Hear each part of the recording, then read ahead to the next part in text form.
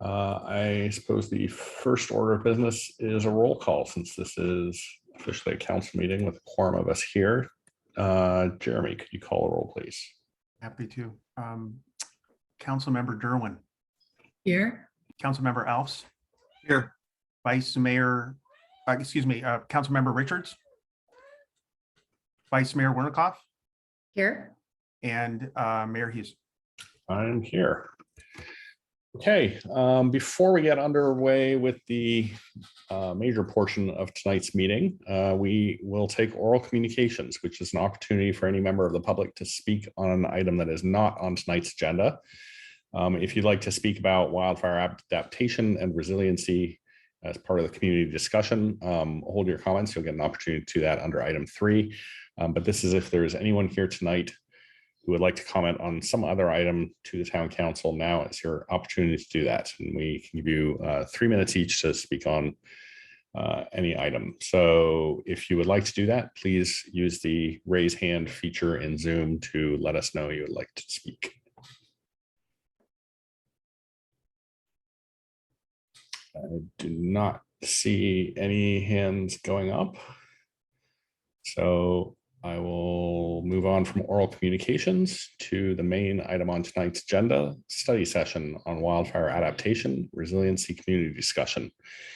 And this is intended to primarily be a council listening session to hear from the public and to hear from the panel of experts and advisors that we've gathered here today about wildfire issues broadly in town. And we have invited Pcrc, the Peninsula Conflict Resolution Center, to be here tonight to help us coordinate this meeting. And they will be managing public comment and discussing what the ground rules are and how this meeting will actually run. So we have Melissa and Tracy with us. Peninsula Conflict Resolution Center is an association that helps with exactly what we're looking to do here tonight, which is facilitate these kinds of meetings and discussions amongst varying groups of people. So with that, I will hand over to Melissa and Tracy to maybe introduce yourselves and tell us a little bit about how this meeting will be running tonight and take it from there. Sure, I can go ahead and start. I just want to quickly introduce myself. My name is Melissa Netanya Jones, and I am the Executive Director to the Peninsula Conflict Resolution Center. And I will be a little bit in the background and supporting the lead facilitator, which is Tracy, and I'll let her go ahead and introduce herself. Good evening, everybody. My name is Tracy Rogers Triba, and I am the Director of Programs, and I am honored to be your facilitator for this evening. And so as we get started, a few little things that we'd like to go over, just so that many of you may or may not know about Pcrc, the Peninsula Conflict Resolution Center. We are a nonprofit located in San Mateo, and we serve the residents throughout San Mateo County through mediation service, restorative justice services embedded in school systems, and workplace services. And then we do facilitation, dialogue, as well as workshops and training surrounding communication, difficult conversations, as well as diversity, equity, and inclusion. Tonight, we are facilitating as the neutral party in the room. And as such, we do have a few things that we'd like to go over. And if you will agree to be patient with me for a moment, we'll go ahead and get started on that. Most of all, I want to emphasize that the purpose of tonight's gathering is about the safety of this community, about the town of Portola Valley. It's the highest priority, as emphasized by the departments that are present here tonight. And as such, they'll be presenting information regarding wildfire preparedness. That is the focus of this evening's discussion and question session. Part of our process, in order to ensure that all voices are heard in an equitable manner, is that we have a number of group agreements many of which I'm sure, having been on Zoom, you're familiar with, that we make sure that we speak respectfully to the panelists, and they will do so back when they are responding back to you. Please recognize and abide by the allocated time. The limits are set as 3 minutes for your initial question, followed by the panel response. And then if you need a 1 minute follow-up, the clock will be running in the background to indicate when you are getting close to your time up. We always ask for individuals to listen for new information, check for your own understanding, and allow myself or my colleague Melissa, if she steps in, to guide the process. Your technology is silent unless you've been invited to speak, and we want you to take responsibility for your participation in accordance with these agreements. One other thing that is not noted here is that during the course of this evening, in order to ensure that we can have as many questions as possible posed to the panelists, that if someone has already raised an issue and you still want some podium time, please indicate that I agree with so-and-so's comments previously noted, as opposed to reiterating the exact same thing, because there may be many individuals behind you that have different questions and concerns that they would like to raise. When asking questions, we are going to ask you to present a question by using the hand button provided on Zoom. It is located at the bottom of your controls. For those of you who may be calling in by phone, you can utilize *9 on your phone to raise your hand and *6 to unmute yourself. And again, those time limits, each individual will have 3 minutes to ask their question, followed by a 1 minute follow-up. At this time, I'm going to turn this back over to the town manager, Jeremy Dennis, who is going to introduce our panelists, and they each have a short presentation as well. Thank you so much, Tracy. Again, I'm Jeremy Dennis. I'm the town manager. For those folks who are attending tonight as attendees only and not as a participant or panelist, if you look in my screen, you'll see the number of attendees who are here, and I'll be updating that throughout the evening. So what I'd like to do first is just share a few things about, excuse me, I'll first do introductions to those who are here.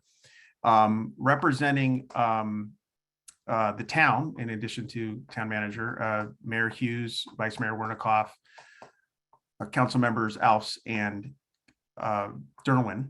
We also have town attorney Cara Silver, and the assistant town manager, Melvin Gaines. Our partners are also represented here tonight, and we'll go in this order.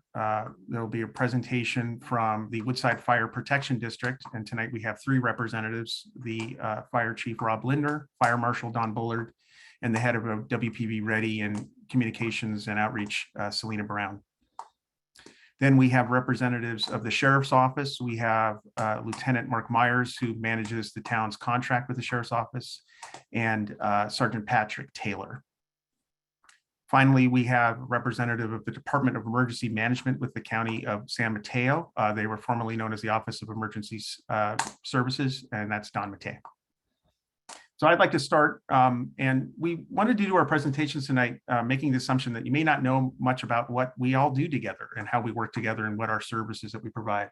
So I have a slide that I'd like to share, just one slide.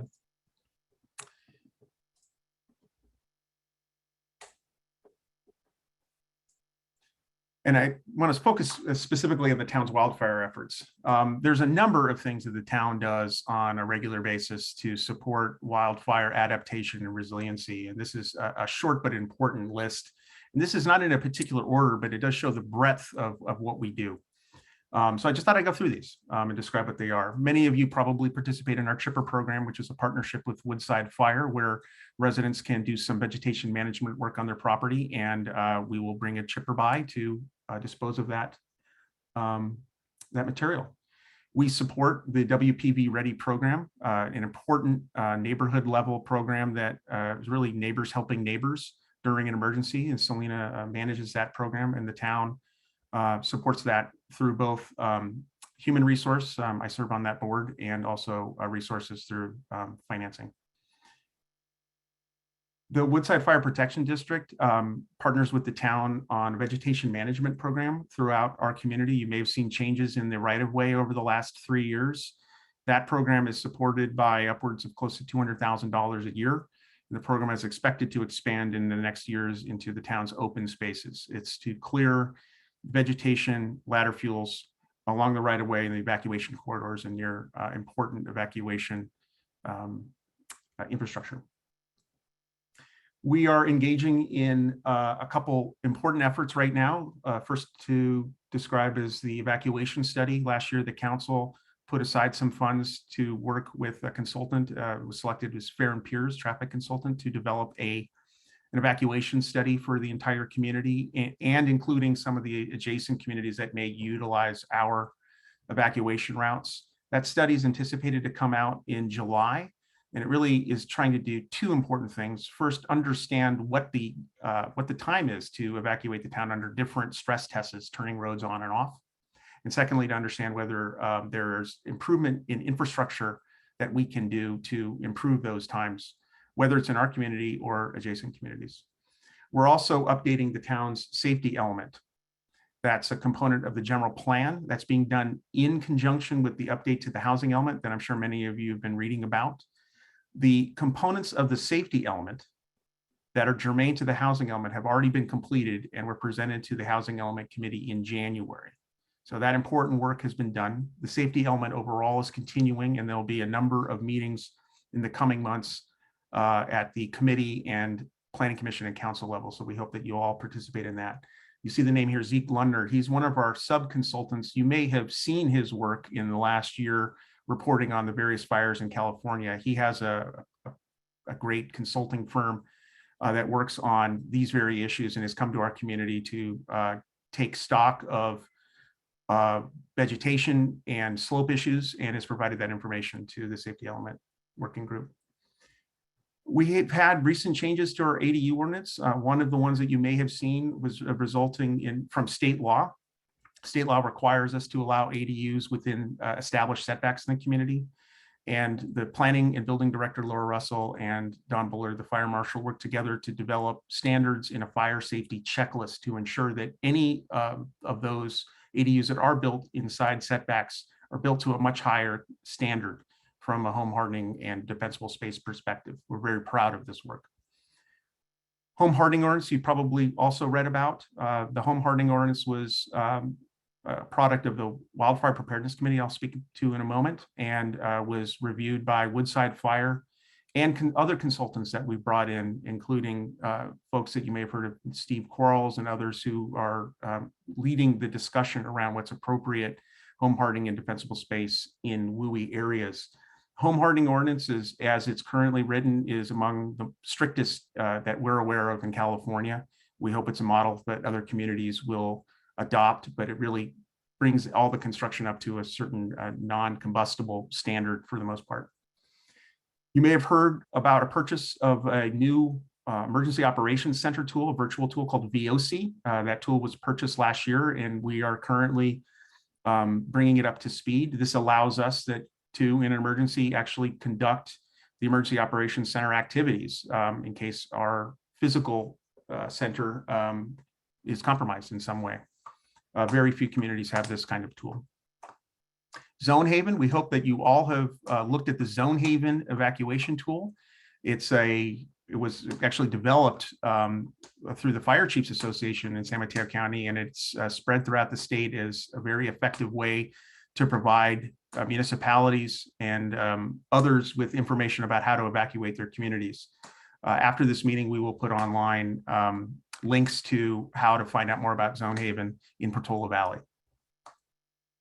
Our Wildfire Preparedness Committee was created by council action in 2019, and the committee has recommended a number of important initiatives to the town.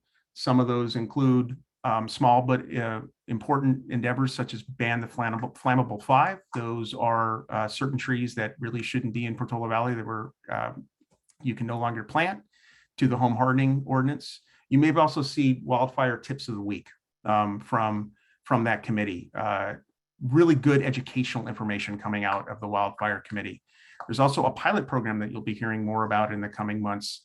One of the streets in town has agreed to a group assessment of home hardening and defensible space. The town is waiving a variety of fees associated with vegetation and tree removal, and we'll practice with a group buy on both the vegetation removal and some home hardening.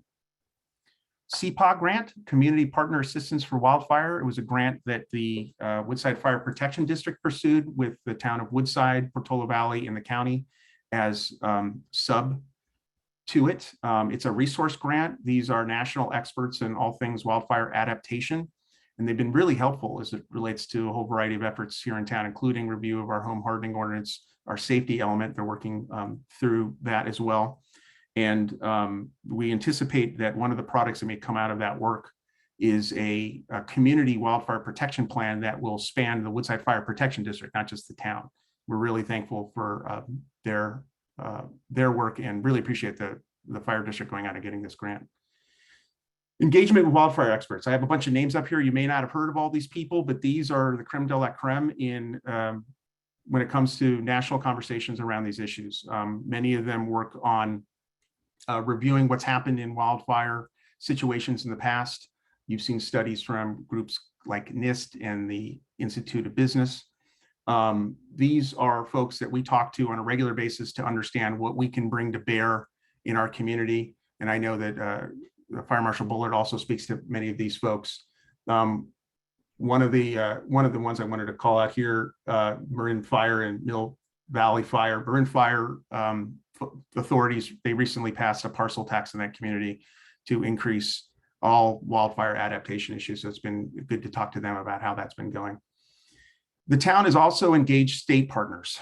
As you know, we have a variety of state agencies that affect the town's land use and insurance issues and wildfire adaptation issues. I list 3 here that we've asked to meet with in order to further clarify that, to ensure that they're actually talking to one another, to be candid, because sometimes the direction that we receive from agencies can feel a bit conflicted. And I want to thank then Councilmember Hughes, now Mayor Hughes, and Councilmember Richards for attending a variety of meetings with those agencies. It's been very helpful to hear from them, at least that they are talking to one another and there's a broad engagement about how to move forward on these important issues.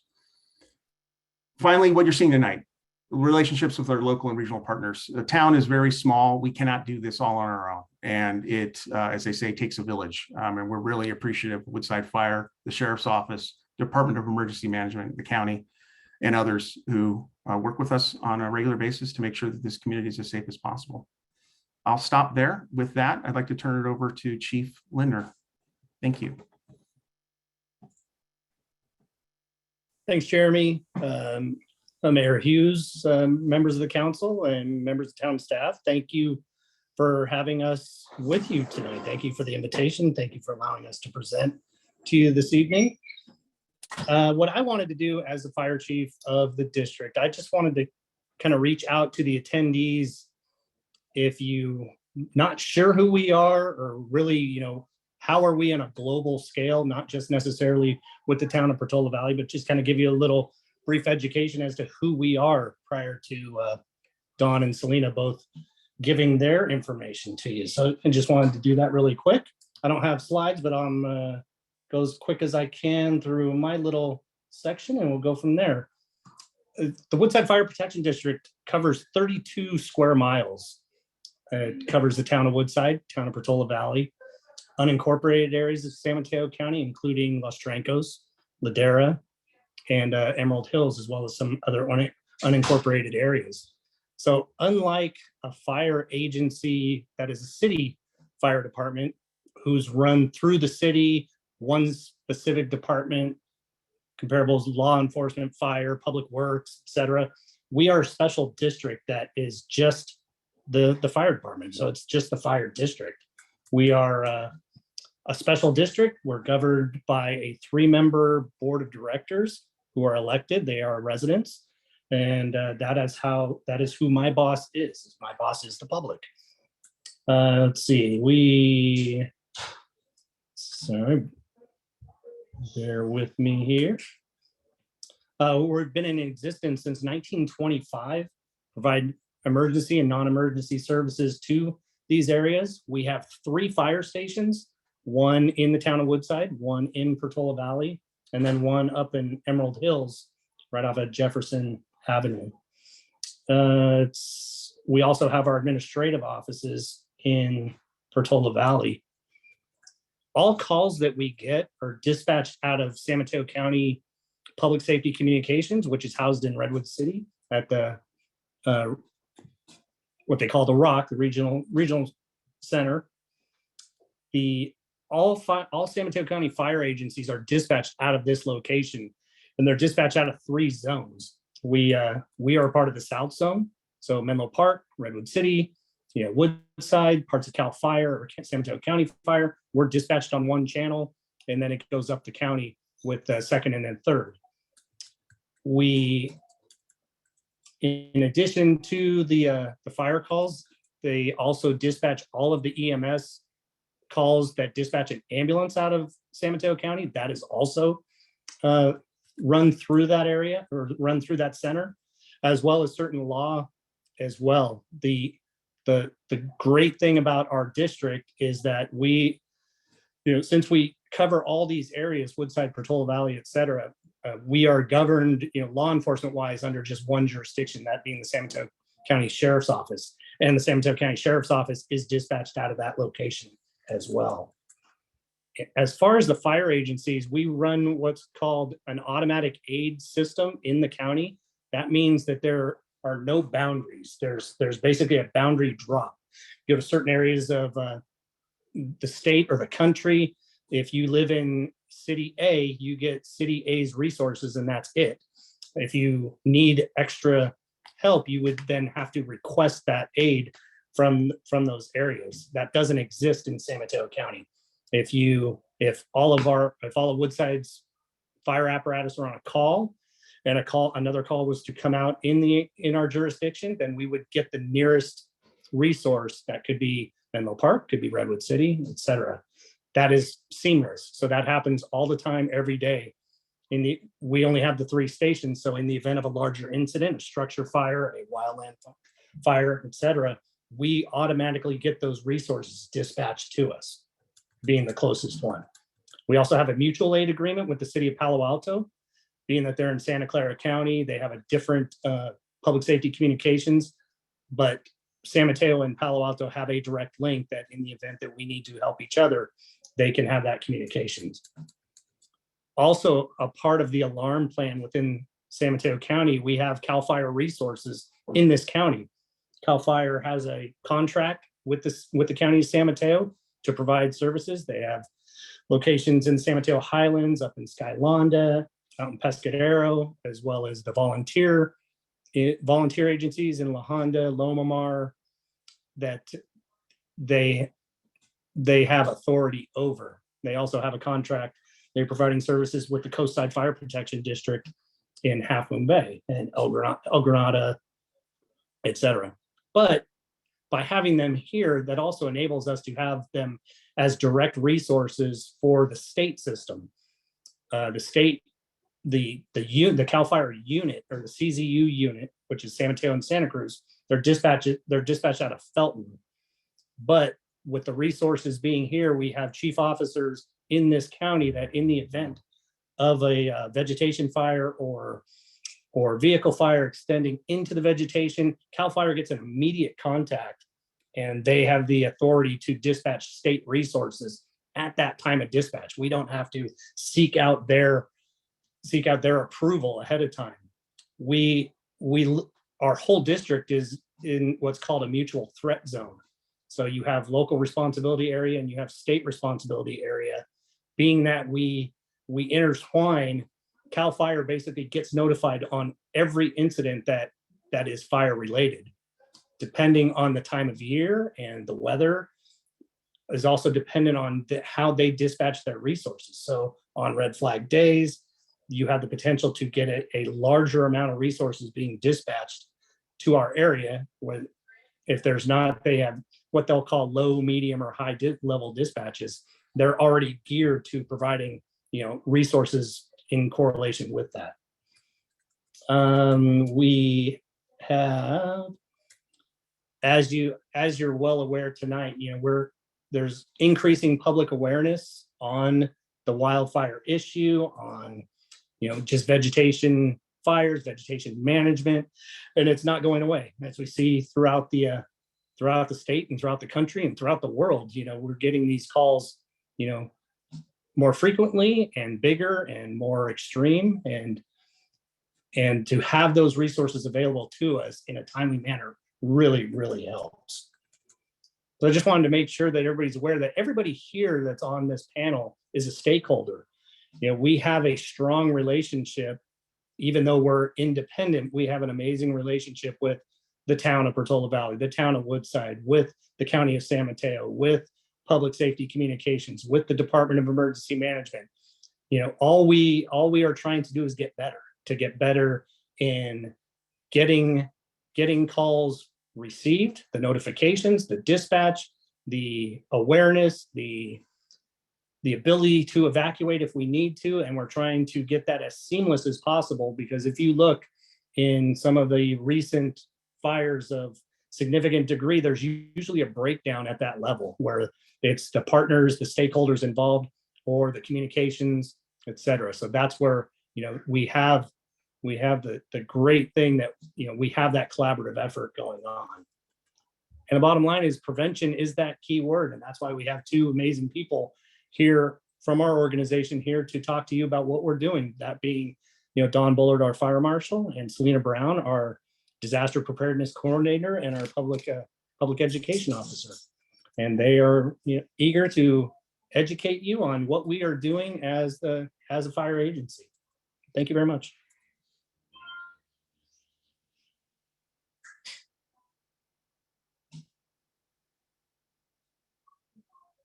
Thank you, Rob. I'll step in, and I don't know if Don or Selena, if you have a follow-up also to talk a little more about what you do and what your role is within the department. Thank you. Thank you, Mayor Hughes. I'll go ahead. I've got a few slides that I'm going to bring up on my screen, and then I'll go ahead and get started.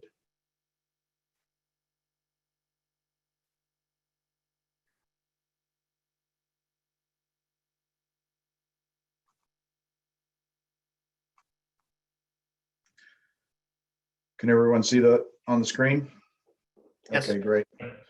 Okay, good evening, everyone. My name's Don Bullard. I'm the fire marshal for the Woodside Fire Protection District, and I'm going to talk to you tonight about how the Woodside Fire Protection District is addressing the risk of wildfire. Minimize this here. Okay. So the Woodside Fire Protection District has adopted more stringent codes than the California Fire Code as part of our local fire code ordinance to assist in wildfire prevention. These sections include Section 307, which allows no open burning, Section 304.1.2a in our local ordinance, perimeter property line clearance. Property owners must clear 50 feet from the perimeter of their property line and 100 feet from any neighboring structure. Section 304.1.2b, weed abatement on vacant parcels must be mowed in their entirety except for sensitive habitat areas and areas within 50 feet of any riparian corridor.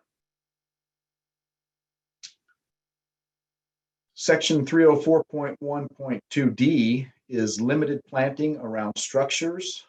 So planting of new landscape vegetation within the 0 to 5 foot zone adjacent to any wood-sided habitable buildings shall be limited to no new landscape vegetation except for non-woody ground cover that is 18 inches in height or less, and that's for all new construction.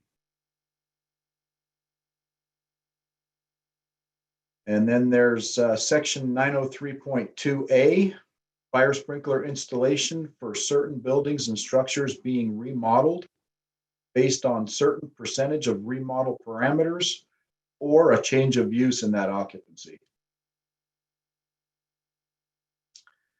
And then section 5608.11A, all fireworks are prohibited within the Woodside Fire Protection District.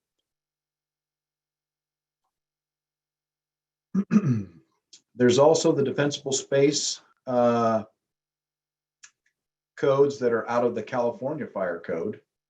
And that's section 304.1, combustible waste material creating a fire hazard shall not be allowed to accumulate in or around buildings and structures or upon premises. Defensible space shall be maintained around 30 to 100 feet around structures. And then the roofs of those structures shall be maintained free of dead vegetative materials.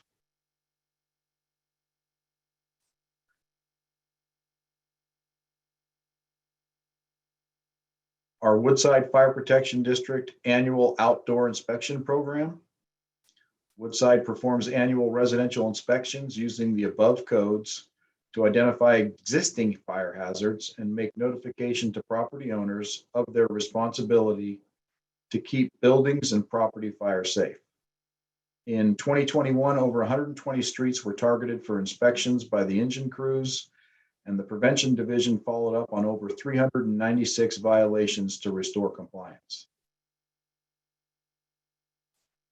We have the Town of Woodside Defensible Space Matching Funds Program. The purpose of the town's matching fund program is to encourage residents to create and maintain a buffer of defensible space around their structures and property perimeters. Woodside Fire Protection District inspects every resident's property that chooses to participate in the program. Most work in this program consists of tree removal, limbing up of ladder fuels, and dead brush removal. Recently, a few home hardening items such as the replacement of wood shake roofs, the installation of ember-resistant vents, and seismic gas shutoff installations have recently been added to the program. This is a successful and valuable community program, and we encourage the town to maintain it if possible. Our chipper program. The Woodside Fire Protection District Community Chipper Program is one of the best examples of a collaborative community fuel reduction program. Our program has grown from a 2-person part-time program to a 7-person full-time year-round crew, including the fuel mitigation engineer who oversees the program. The current budget to run this program is over $140,000 a year. Residents overwhelmingly take advantage of this program, financially sponsored by the Woodside Fire Protection District and the 2 towns. Grants have provided the necessary chippers and truck to accommodate the year-round residential fuel reduction program. And our fleet includes 2 box-type chipper trucks, 2 tow-behind wood chippers, a remote-controlled track chipper, a green climber masticator, and a Polaris off-road fire pump-equipped accessory vehicle. In 2021, 60 days of residential chipping took place in the district.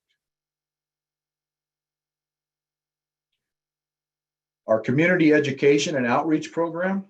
The Woodside Fire Protection District continues to provide individual home fire safety assessments, community presentations on wildfire preparedness. The Prevention Division's fire marshal has led the charge and has conducted over 400 inspections in 2021 to assist property owners in identifying methods to prepare their homes to withstand a wildfire ember attack. Embers are burning pieces of airborne wood or vegetation that can be carried more than a mile ahead of the fire front, causing spot fires and igniting homes. Research around home destruction versus home survival in wildfires points to embers and small flames as the most common ignition in the destruction of homes during a wildfire. County parks and mid-pen regional open space. The open space lands of the fire district remain a constant challenge. San Mateo County Parks Department has a very limited budget for forest management prescriptions. The fire district has led an effort in the last 10 years to assist the parks, Wunderlich and Huddart, in hazardous fuel reduction with various grant submissions. Fire district spends a significant amount of time writing and implementing these grants. Much work has been accomplished, but there remains a lifetime of hazardous fuels which persists as a serious threat to the communities of Woodside and Portola Valley. The fire district has been working with Mid-Peninsula Regional Open Space District to conduct hazardous fuel reduction and has aided with fire management and forest management plans for each of its open space areas. Windy Hill, Thornwood, and Teague Hill are the immediate open space lands that pose a significant risk to the district. Grant funding fire district fuel mitigation projects. The fire marshal spends a significant amount of time working on grant submissions, including funding available from PG&E. Each grant has a certain level of environmental or CEQA preparation, and the implementation of these grants requires a substantial time commitment. In 2020 and 2021, over $500,000 of grant funding has been secured and has or is being utilized on various fuel mitigation projects, such as the recent Highway 84 shaded fuel break, Highway 35 shaded fuel break, and fuel reduction in the Thornwood Preserve open space area that's adjacent to the old La Honda Road properties. Our most recent award is a $2.6 million grant for the Highway 35 Skyline Boulevard evacuation route. That's an improvement project that was secured by San Mateo County Fire Safe and Woodside Fire. And the district will continue to pursue grant funding to supplement the town's efforts in hazardous fuel reduction. Jeremy talked a little bit about the community planning assistance for wildfire grant. In 2021, the Woodside Fire Protection District was selected to receive wildfire planning technical assistance through the Headwaters Economics Community Planning Assistance for Wildfire, known as the CPAW program. As wildfires increasingly impact communities across the country, CPAW provides communities with diverse services, including land use planning recommendations, customized research, online tools, and other resources to integrate wildfire mitigation into the planning process. The goal of the CPAW program is to reduce wildfire threat to homes and businesses while increasing public safety and community welfare. As more and more structures are being built farther into the forest, a fire resilient or fire adapted community has become an extremely challenging, if not implausible task. The balance of building farther into the wildland urban interface and maintaining a fire resilient or fire adapted community has become more and more challenging. Participation in CPAW is voluntary and there is no cost to the community. This innovative program was founded in 2015 and is a program of the nonprofit Headwaters Economics. CPAW is funded through grants with the U.S. Forest Service and private foundations. To date, CPAW has worked with 75 communities across the country. Communities are increasingly taking action at the local level to address the complex challenges of wildfire by proactively planning our homes and neighborhoods with wildfire in mind. And we can reduce community risks and adapt to living with wildfire. And this is what was stated by Doug Green, who is the CPAW program manager. And if anybody wants any more information about CPAW, that would be available at planningforwildfire.org. Planningforwildfire.org. Building and planning. Home construction materials play a very significant role in how a structure survives a wildfire. Wood shake roofs, wood siding, wood decks, older windows, and insufficient methods of attic and foundation venting are some of the reasons we see entire neighborhoods destroyed. Proximity to and separation from other structures or a structure-to-structure ignition also plays a significant role. Fire District submitted a report 5 years ago called the Wood Shake and Shingle Roof Hazard, recommending the prohibition of wood shake roofs in the fire district. Portola Valley has just recently amended their building code to be much more resilient to the devastating effects of wildfire, and the Woodside Town Council discussed the proposal and determined that resident choice was an overwhelmingly important part of the building process in the town, and that wood shake roofs should be left as an option. Fire District reviews construction plans submitted to the town, and we inspect new and remodeled homes as part of the town's building permit process. Fire District has determined that there are several simple building code amendments that could be made to the town's building code to help harden homes from ignition during a wildfire. And some of those examples are specialized roofs, attic and foundation venting, non-combustible siding, minimum of 3 feet from the ground, and prohibition of wood shake roofs are just a few.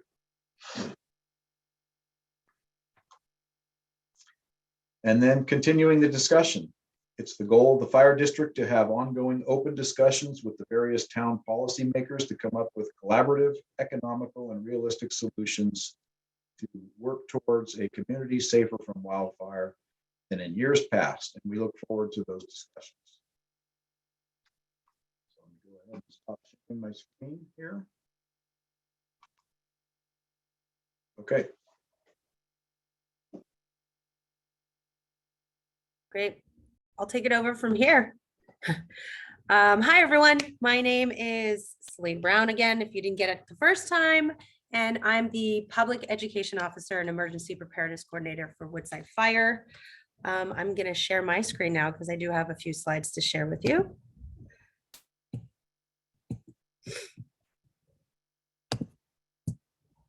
And all good? Okay. So I am in charge of 2 different programs, WPV Ready, which is our preparedness program.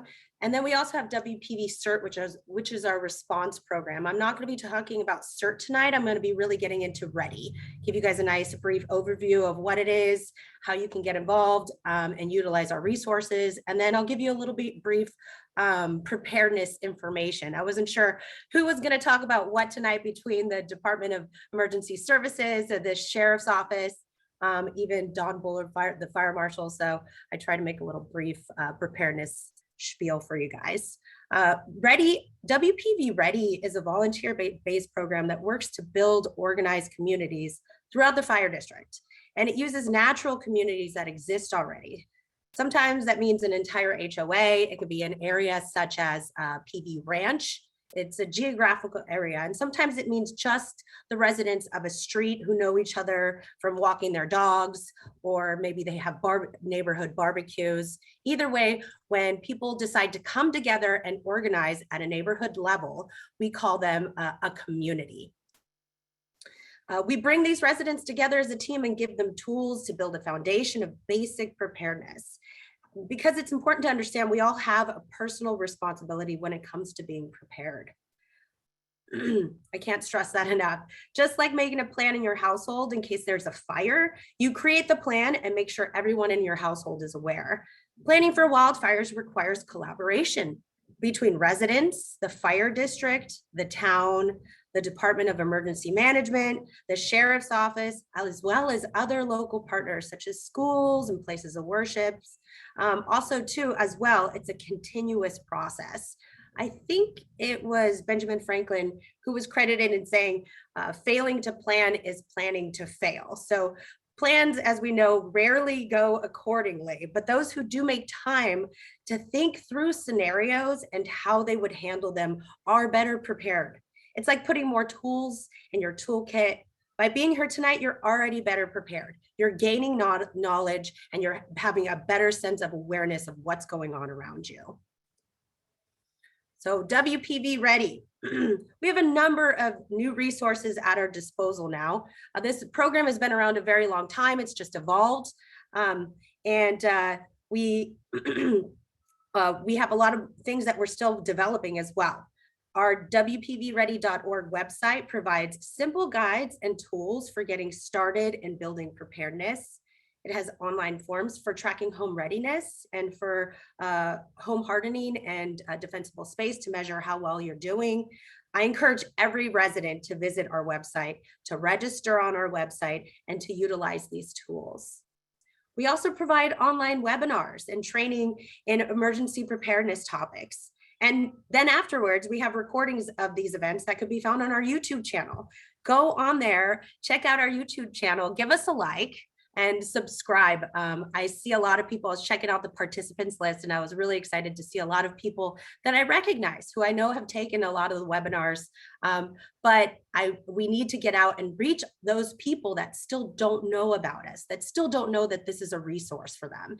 And really it comes down to boots on the ground, neighbors helping neighbors. You guys are essential in getting the word out about this kind of information. And that now that COVID restrictions are easing, we've been able to hold in-person training. We just had a fire extinguisher training at the fire station this past weekend. We brought people in and gave them a hands-on training. I can't wait to hold more training so I can see you guys all face-to-face again. Really excited about that. Also, too, we have a community discussion group with the groups.io service. It's just like the PV forum, obviously not on that kind of scale, but we focus on emergency preparedness topics. And links to these resources can be found at the bottom of every page on the WPV Ready website. Okay, just as a brief, very brief overview of what is super important right now. Wildfire season's approaching. You know, May is Wildfire Awareness Month. We have a lot of events coming up here in May pertaining to wildfire preparedness. But the very first thing that I want you to know is you need to stay informed.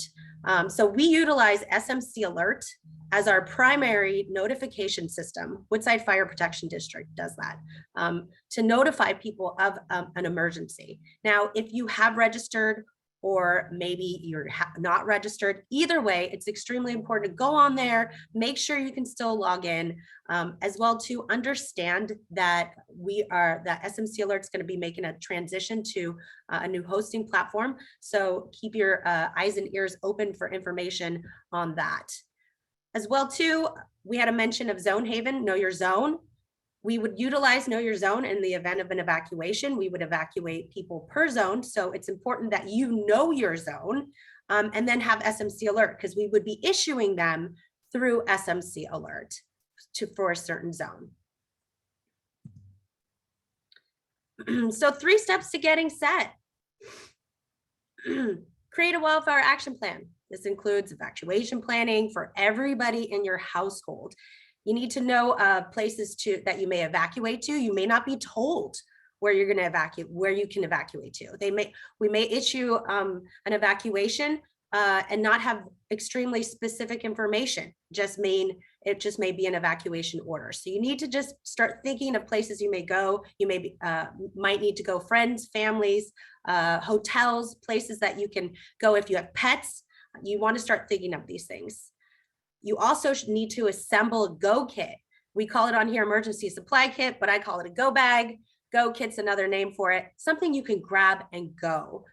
It has supplies that for you and your family, and it can have generalized supplies, but also too, it'll have personal things such as prescriptions and extra glasses.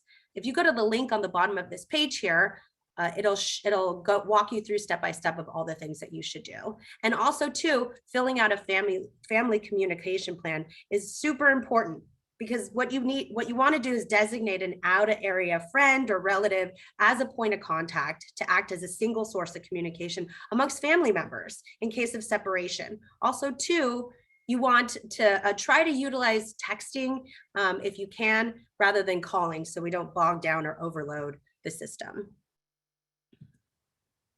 I just want to remind everybody, do not wait to leave. If there is a wildfire or if you feel unsafe, it's always better to not wait for somebody to tell you to leave. I cannot stress it enough. Don't wait to leave, just leave early. The longer you wait, the more chance that you will get stuck in traffic trying to get out of the area. So give yourself plenty of time. Also too, if we do issue an evacuation warning or order, this is the lingo that we're going to be using. You'll either get an evacuation warning, right? Which means you should grab your stuff and get out as soon as possible. Or we're going to say evacuation order, which means leave immediately. You're not going to have much time to prep your house and to pack everything you want. It's grab your go bag and get out immediately. And then the last wording that we may say is to shelter in place. But the 2 evacuation warning and order of the big ones that we want you to know about. Lastly, the last thing I want to talk about here is just remember the 6 Ps. This is on our website too, so you can check it out. Things to remember: the people, pets, papers, phone numbers, all your important documents. Have stuff scanned on a thumb drive, You could put it in the cloud, have backups on backups. You want to be able to not be stressed about this kinds of stuff. Also, too, in your go bag, have a list of things to grab. You do not want to be thinking about what to grab when you are panicked. I always call it the panic packing. You're going to start packing stuff that you didn't even want, maybe not even like. Maybe there's a vase that you hate, but you saw it while you were packing and you threw it in your bag. And next thing you know, you're at a shelter or you're at your spot that you've designated at a hotel, and you pull this thing out and you didn't grab that heirloom jewelry, but you grabbed the thing you hated. So make sure you have a list of items in advance. Also prescriptions, vitamins, and eyeglasses, pictures, and irreplaceable memorabilia. I again recommend with pictures, scan them so you have copies of them so you're not trying to pack all this extra stuff. Obviously, your hard drive, personal computer, and then plastic, and have a little bit of cash on you. Also, too, the last thing I want to mention, here we go. I think I stopped my share, is that as neighbors, neighbors helping neighbors is extremely important, and you can do a lot to help your neighbors in the event of in planning for a wildfire. Having an evacuation buddy is something that we stress really hard, and that's somebody that you've designated and you've talked to and told them about where your go bag may be, if you have pets or animals that need to be evacuated, so that in the event that you're not home or they're not home, you can help each other evacuate. And that's also a really good tool if you have some neighbors that you're trying to get involved in organizing and preparing. Is sometimes, you know, people, especially, you know, over the last, since I've been growing up, you know, we don't go running around and saying hello to our neighbors as often. You know, sometimes we just go tunnel vision right when we get out of the house, like don't want to be looking at anybody. But it's really important because those are the people that are going to be there for you. So approaching them about preparedness, and if they say, nope, I got it, I'm covered, that's another tool. Is you could say, well, you know, do you have any pets? You know, do you have a go kit prepared? I could be your evacuation buddy. We could help each other. It's important to know the people that are non-ambulatory or can't walk in your community. You as residents are going to be able, the ones that provide us the information to know where those vulnerabilities are. And that's all I have. Thank you. Thank you, Selena. Appreciate it. Next is the Sheriff's Office. Lieutenant Myers, all yours. How you doing, Jeremy? Nice to meet everyone. My name is Mark Myers. I'm the lieutenant in charge of our headquarters bureau with the Sheriff's Office, and our area of service includes the North Fair Oaks area, the Emerald Beat, and the contract cities of Portola Valley and Woodside. So the sheriff's primary responsibility during any kind of wildlife fire is going to be the evacuation of the residents of Portola Valley and or Woodside. Once we arrive on scene, we're going to link up with fire, determine what level of evacuation we're going to be handling, and then we'll determine what additional resources we need to call upon with mutual aid. So we'd be calling in Highway Patrol, Redwood City, Menlo Park. We can basically pull resources from the whole county to assist us with our evacuation. In the event of a larger scale evacuation, we can call in reserves and volunteers as well. So we really have a pretty large pool of personnel we can pull from in the event of a evacuation for a fire. One of the things we did after the CZU fire, we noticed that when we're calling for mutual aid to evacuate areas of our jurisdiction, a lot of times the officers from other jurisdictions aren't familiar with it. So what we did over this last year, by using Zonehaven, we went into each individual zone in Zonehaven and then broke down using some county mapping technology, and we were able to list every residence in that zone. So if you're an officer from, say, Brisbane, and we call you to Portola Valley to evacuate zone A or something like that, we can literally give you a list of every residence in that zone. So they'll actually be familiar with the area and have a map and a visual reference to actually work off of. So that was one of the things we've been working on the last year as far as enhancing Zonehaven. That made it easier for us to do the evacuations. After we evacuate, our main role then will become security for whatever region that is effective, and then we'll be assisting with Department of Emergency Management, the repopulation. We've done most recently, a couple months ago, we did a trial run where we evacuated several residents from the I'm drawing a blank, the retirement home. sequoias. So we actually had a scenario where we called upon about 50 or 60 members of the sequoias to actually leave the residence, the care home, and drive in a circular pattern around Portola Valley, where we checked to make sure that they took their go bags with them. And then we gave them some extra literature, and then they circled back. So we were able to do a count and a clear to make sure that everyone had evacuated properly, taken all their medication, any of the necessities they needed, and they were able to safely evacuate. And that's really all I have. Thank you, Mark. Really appreciate it. Finally, tonight we have Don Matei with the Department of Emergency Management. Don, all yours. Okay, I'm going to try to share my screen here. Let's see. We can see it. You can see it? Okay, hang on. Let me get it down to, there we go. That should do it. Okay, we can see it. Good. I just put it up because we have a new decal kind of thing. It's DEM, but we are the Department of Emergency Management. We've been working a lot on tsunami and wildfire planning groups, both on the coast side and both on the bay side, including Portola Valley. I also want to thank the council and Mr. Dennis for inviting us here tonight. I appreciate that. I have several slides to show. And again, I think on the project with me tonight is Dennis Burns and retired Fire Chief Brian Kelly, who works also for the Department of Emergency Management. As we move through this, let's see if it works. Oh, it does work. Oh, no. It's a big puzzle when you look at this thing. When you talk about evacuations, and this is kind of what I'm going to talk about a little bit about evacuations. There's a lot of pieces to put together. It's not just simply, hey, we're going to go to A, we're going to go to B. Each city, each town we work with has a little different take on this. There's both internal and external complications with evacuations.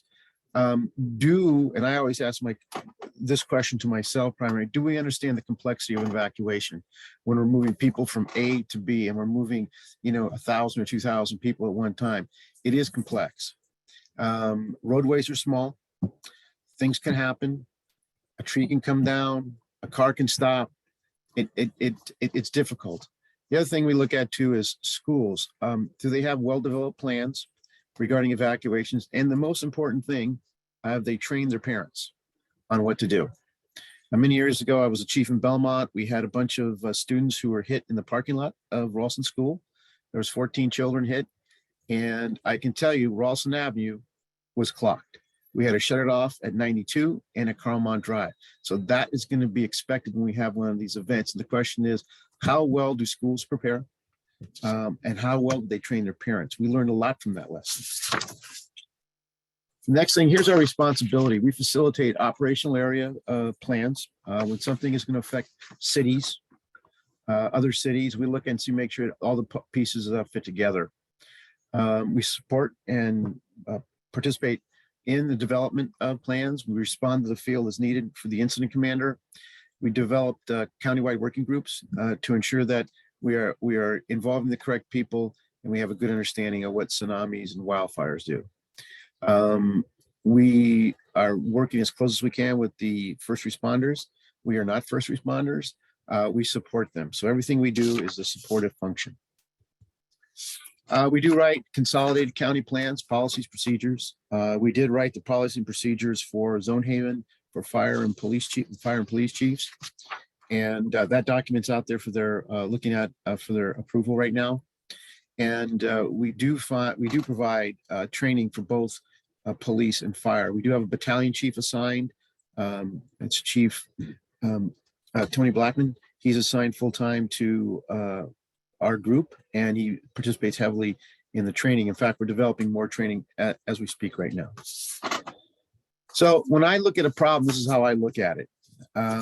It seems complicated, but these are all the potential people that can respond during emergency. And somehow, and I think the lieutenant alluded to this, how do they all come together? How do we all manage these folks? Because they're here to support the community. It has to do with public safety communications, the schools, EMS and the hospitals for injuries. All these things are part of our responsibility. We would do most of this stuff in the Emergency Operations Center. And so as we look at this, We talk about evacuation routes, where to evacuate, how to evacuate. How does the city want to define their evacuations? There's a lot of, there's options. Yeah, one, you can evacuate. One, you can go to a place of refuge, or maybe you shelter in place. A lot of those definitions and a lot of decisions could be made in the field by a sergeant and battalion chief, given the time, the circumstances, or the distance that this would occur. So all these things play into view here. I put at the top, philosophical, technical, and reality-based planning. I think a lot of times we philosophically have ideas how we want it to work, and we think through it a little bit, and then we actually put it to paper and we put the technical plan down. We will not know what that reality is now, that how well that plan is going to go until it really happens. We can test it, we can model it, we can look at it. The reality is until it happens. We learned a great deal when Asiana 214 went down, if you recall that. We have a pretty hardcore response to the airport. Law enforcement does, with different post positions and stuff like that. And we realized, when you shut the airport down, you plug up the freeway quite a bit, right? So that had to be relooked at, re-examined, and figured out how we're going to do that. And we did that years ago, but that's the complexity of some of this stuff. And I think, I always try to look at multi-level participation, preparation for the community, like an all hazards plan type of thing. But the reality is, this is something that has to be written down well, walked through, trained to, and then it's the other side of that is actually training your community on how you want to do this. That's up to the community. We work for the community. We work for you folks. We listen to what your needs are. We work very closely with fire and law, the experts in this, and we give our opinion. One of the things I put on top was that red arrow. That's whatever we decide to do, right? If we decide to evacuate, if you decide to shelter in place, if you decide to go a place of refuge. And I drew the red arrows coming back to the yellow, because never forget, the backside of this is going to be the recovery process. And the recovery process starts when the incident begins, because we have to have plans and know how to do that. We're still doing some stuff at CZU fire, but hazard mitigation plans and stuff like that. I can agree with all the speakers that I've been in this county well over 40 years, involved in law, and primarily, and this is a very good county who folks work together a lot. I agree with the chief. It's nothing for, someone like myself to pick the phone up, talk to the fire chief or a police chief saying, hey, what do you think about this? So as we move forward, I think you have a good group of people working on this. And I want to thank the Woodside Fire District, the Sheriff's Office, Portola Valley community members who belong to this, the city, public safety communication, the schools, and the daycare folks. We did develop, I proposed a 7 or 6 phased approach to this, because we did this on the coast. And I think for me, it keeps me kind of attuned to what needs to be done. That is very flexible. We don't have to agree with it, but the idea, again, it's a starting point for all of us. I'll stop, and I look forward to the discussion. And, sometimes we might not agree on things, and that's okay, because we need to hear your perspective on it. So thank you very much. Thank you, Don, and thank you to all the presenters. Mr. Mayor, with your permission, I'd like to turn it over to Pcrc for the remainder of the meeting. That sounds great. Thank you. Tracy and Melissa, all yours.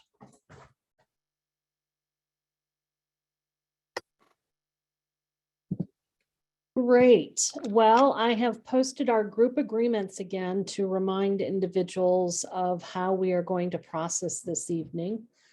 And speaking respectfully, recognize and abide by the allocated time limits, 3 minutes for the initial question, 1 as a follow-up following the panelist's response.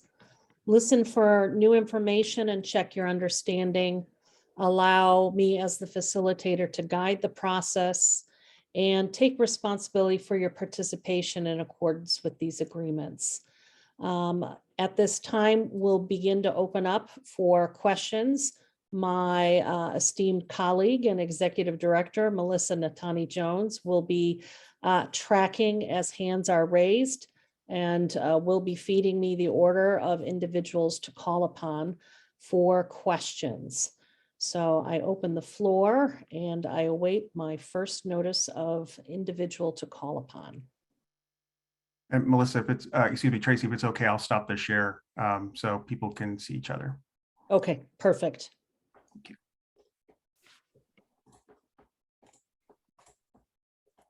Go. So if members of the public have any questions for the council or any comments that they'd like to make to the council or any questions for the folks who are attending tonight, please raise your hand.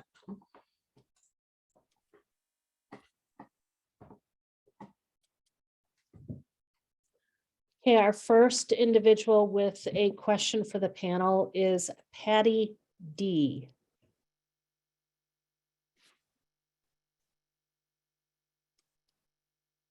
Thank you very Patty. much, and thank you to everybody on the call. This is tremendous. I appreciate the time and the resources. I realize it's an evening, so thank you.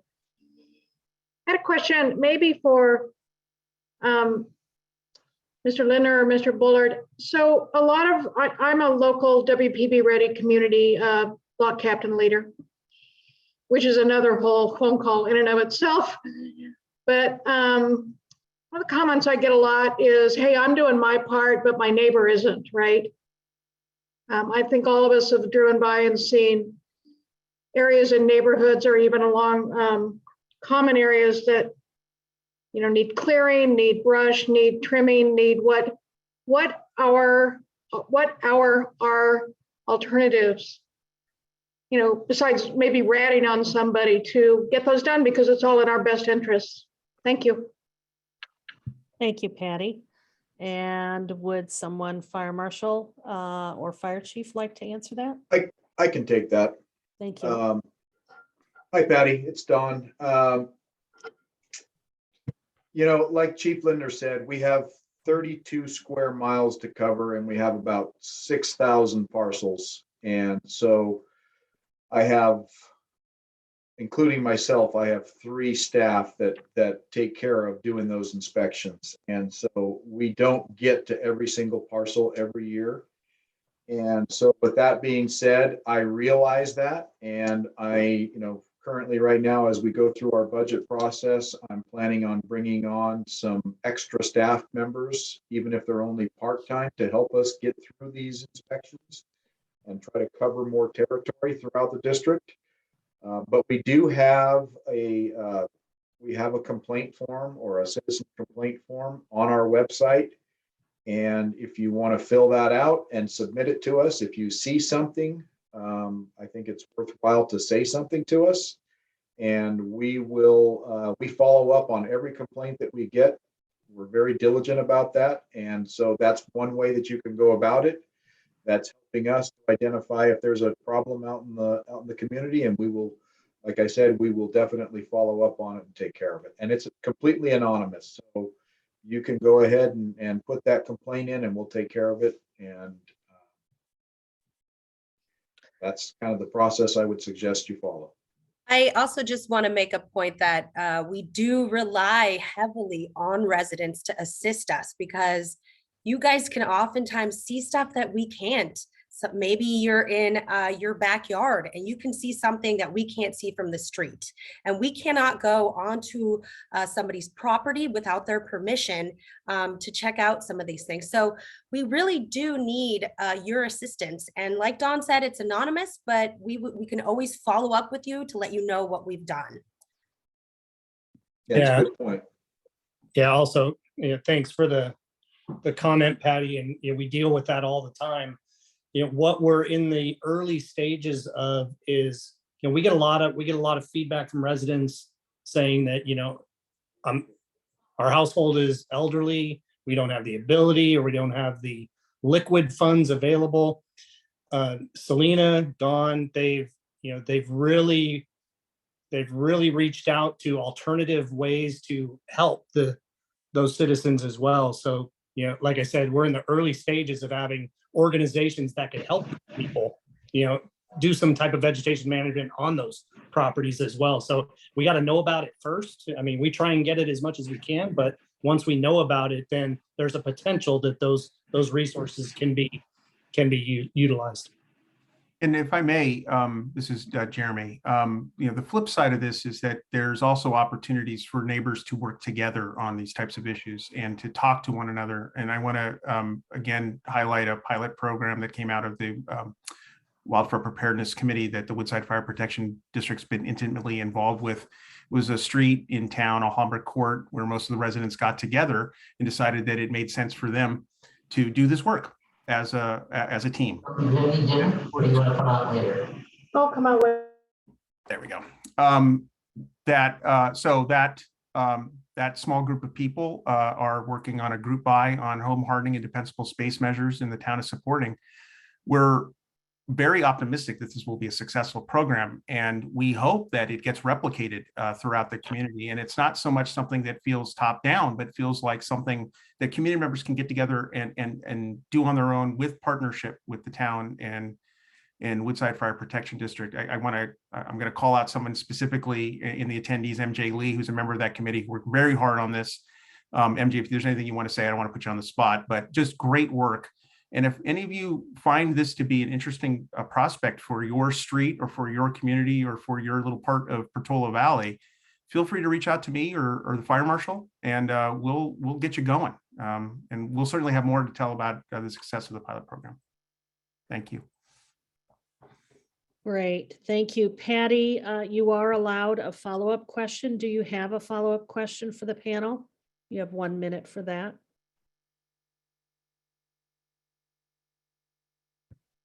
Oh, wow, it's like double jeopardy. Or no, I mean, I was going to ask about financial assistance because I do know that there are people in our community who may or may not be able to afford it. I did hear something, I don't know if I was incorrect, that Woodside did have some kind of grant program or some kind of financial incentive. Is that something that Portola Valley is looking at as well? I can take the lead on that question. My understanding is that the Wildfire Preparedness Committee is considering such a proposal. There was a discussion in 2019 around that, but it was not ultimately adopted by the council at that time. So I do anticipate more work to be done by the committee on this issue and for it to come back in front of the council in the coming months.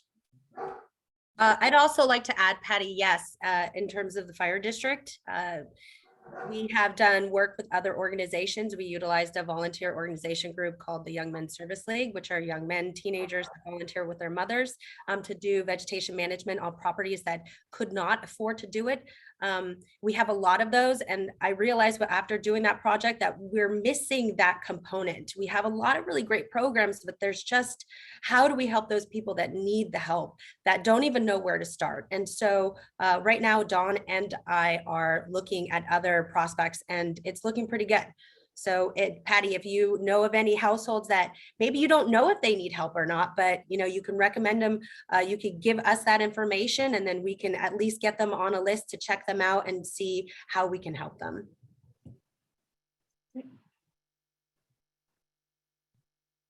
Thank you. And I believe Sarah Winterkoff on the panel would like to add in. Yeah, I just wanted to add, as a follow-up to what Jeremy was sharing about the matching fund is, yes, that's my understanding. In 2019, the council took a pass on it, but we revisited the issue about 3 or 4 months ago. I did a colleague's memo on this, and there was broad consensus amongst the council to reconsider it. And so, again, I think it's in the hands right now of the Wildfire Preparedness Committee, but it's certainly something that I'm interested in for this community. So thanks for asking about that, Patty. Great. Thank you so much, Patty. We're moving on to our next participant, John Mumford. We'll invite you to speak. You have 3 minutes to ask your first question.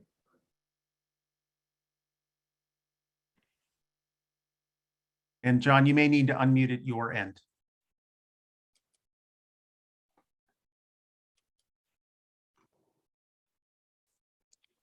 John, you may need to unmute yourself so that you can ask your question.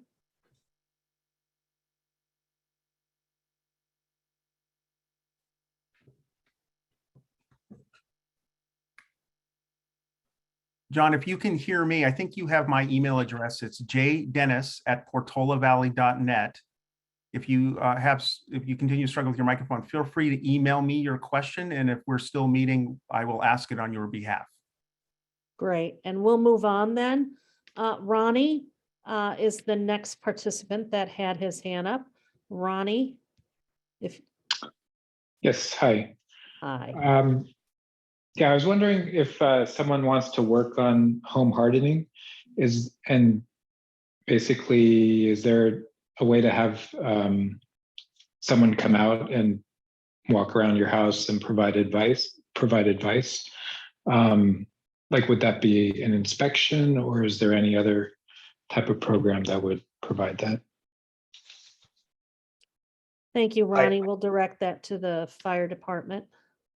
Hi, I'll take that. This is Fire Marshal Bullard. Yes, we have a program. It's an assessment, and we will come out and we will walk the property. We prefer to walk the property with the homeowner.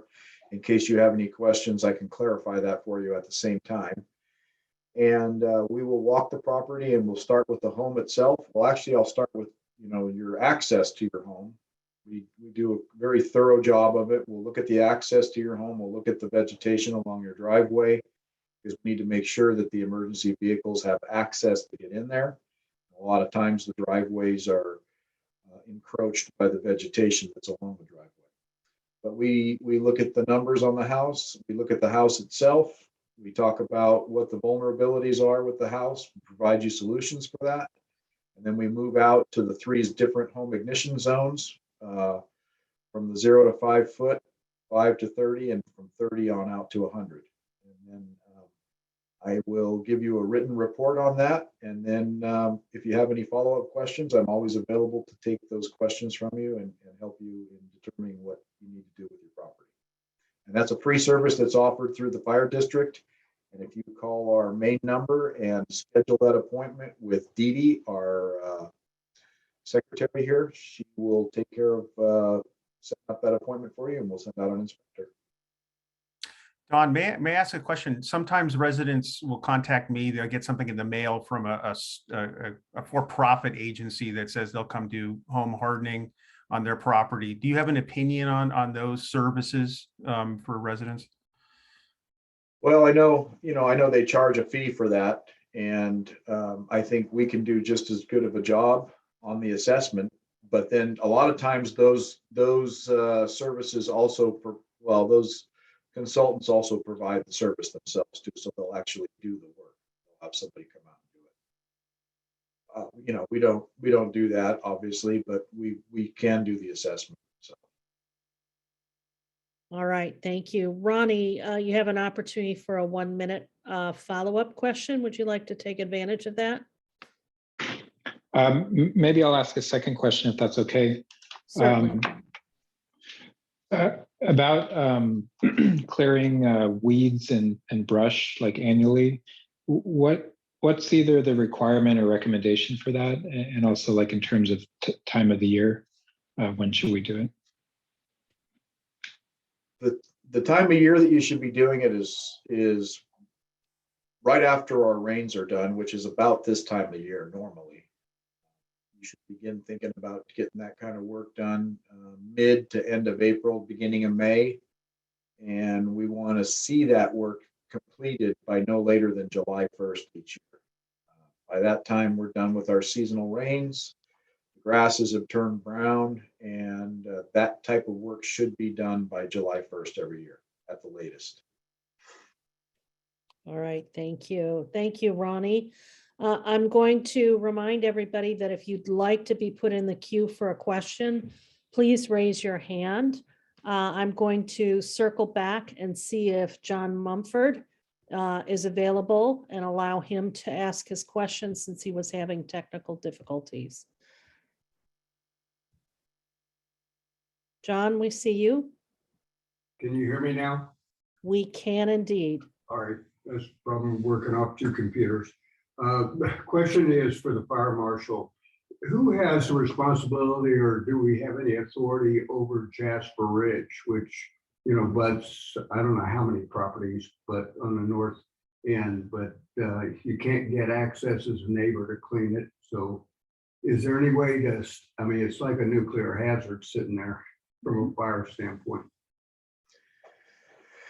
Yeah, I'll take that question. So the Jasper Ridge is within the confines of the Woodside Fire Protection District. And we work very closely with Stanford on their fuel management program. Stanford has stepped it up in the last year and has hired some consultants to help them out. And they have developed a plan. We have some upcoming meetings to discuss that very topic that you're mentioning with Jasper Ridge. And I'll be working very closely with the Stanford Fire Marshal and their real estate department to determine the first steps on their fire management program with Jasper Ridge, but they're looking into doing that currently right now. If you're a neighboring resident that has property that abuts up to Jasper Ridge and you have concerns, you should contact me and bring those concerns to my attention and let me know what they are, because I'm going to be, like I said, I'm going to be in meetings with them and I can bring those concerns up during that meeting. Thank you. If I can John? add, if it's okay, I'm sorry, Tracy, to interrupt. Don had mentioned the plan, this Stanford's plan. I think we have it up on our website. For those who may be interested in the wildfire management plan that Stanford put together with Panorama Environmental, just contact me and I can point it to you. But they do have some treatment opportunities that they've designed in there, so people can take a look at least what they're thinking right now. Thanks. Great, thank you. John, you're allowed a follow-up question, 1 minute if you'd like. This is just a comment to Don's comments. I'm glad somebody's working on it, but you know, the whole fence line on Apache, the Anaromoso, Pinion, all of those butt up against there, and the houses are close enough to the fence line where in some cases there's not your 100-foot setback from that fire area. So it'd be helpful if they would walk it and see what we're talking about. All right. Thank you so much, John. At this time, we do not have any other participants with their hands raised for questions. Let's give it another minute. Again, encourage you that if you do have a question, to kindly raise your hand and Melissa will feed your name onto you. I see Caroline has a question.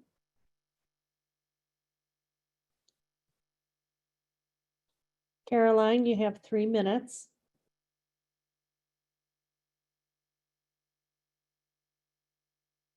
You are unmuted. Can you hear me now? Yes, we can. Thank you.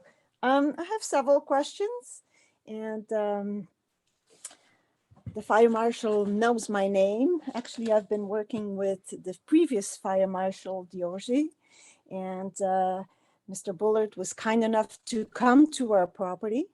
So that's my first question is, at the time he came, the computer he was using had maps that were completely off.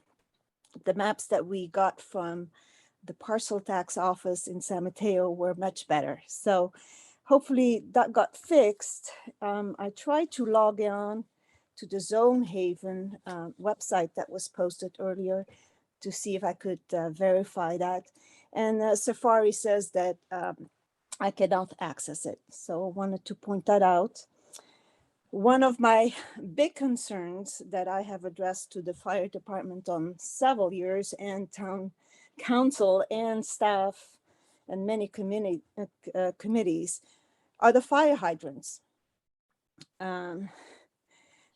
Finally, after years of working with Colwater, who postponed the inspections, and with the fire department, they finally came and did a test last year in 2021. This is 5 years after we first complained, and find out that the water pressure was 21 PSI, which is way below the required for fire hydrants to work properly. Since 2017, many other residents have raised that issue. We have spent many community meetings and committee meetings and addressed these, and nothing was resolved. So like I said, finally in September, they did an emergency repair on the 2 fire hydrants. Well, first on the fire hydrant on the upper level on Palmer Lane, and repaired. You should see the rusted infrastructure that came out there. And supposedly there is a shut-off valve that is supposed to be used to flush out the pipes or the water lines. And I guess that was never happened. And then finally, in the end of 21 and then the beginning of January 22, they did another repair on the other fire hydrant. But there's so many fire hydrants in Portola Valley that look very outdated, and I'm very concerned. I even have talked to the department and have volunteered. I know there's many people who can volunteer and help you with identifying fire hydrants and check if they have been properly maintained. Caroline, I want to thank you for your comments. You have passed the 3-minute time.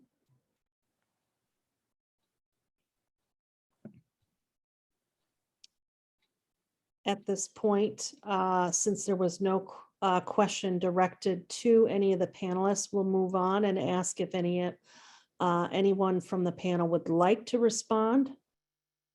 Yeah, I think I would like to respond to that. Okay, thank you. Fire Marshal. Just real quick, Cal Water owns all of the fire hydrants and the water systems that run throughout Portola Valley and Woodside. Most of them. There are some small water systems that still are out there that do not belong to Cal Water, but Cal Water is responsible for all the hydrants in the water systems. That said, Cal Water has other jurisdictions that they have to maintain their hydrants as well.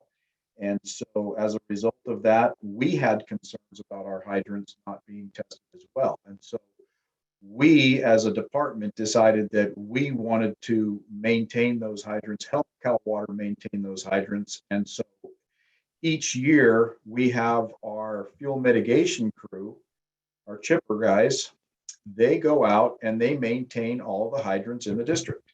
They were trained by Cal Water to do it. They understand how to do it. And they're able to go out and flush the hydrants, check the pressure on the hydrants. They grease the threads on the hydrants. They make sure that the gaskets are back into the caps and that the hydrants are working properly. And if they come across a hydrant that isn't working properly, has a leak, or there's an issue that we're not trained to fix, we call it in to Cal Water's hydrant maintenance person, and they take care of it. And so we have a good working relationship with Cal Water. They're very appreciative of us going out and maintaining those hydrants. And I know for a fact that this year we maintained and addressed every hydrant in the district. And so, yes, sometimes hydrants don't look pretty. The paint doesn't look great on them, but that doesn't mean that they don't work. They do work. And yes, there are hydrants in the district that have 20 pounds of pressure or less, and we call those draft hydrants. And that's because those hydrants are at an elevation where they don't get a lot of head pressure from the tanks, and there's not a lot of pressure that comes out of them. And so we tag those hydrants with a silver tag.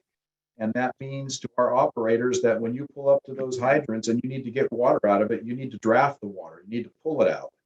And we use our pumps on the engines to do that. So I just want to make it clear that we have a record of the hydrants that our crews have maintained for Cal Water. And that record is here at the fire district. If anybody ever wants to look at it, you're more than welcome to come take a look at it. But we're doing the best we can to help them to maintain those hydrants because it's important to us too. We want to make sure that if anything ever happens in the community, we have good working hydrants. Okay. Thank you, Fire Marshal. Next up, I have Dudley in the queue. Dudley, please unmute and you will have 3 minutes.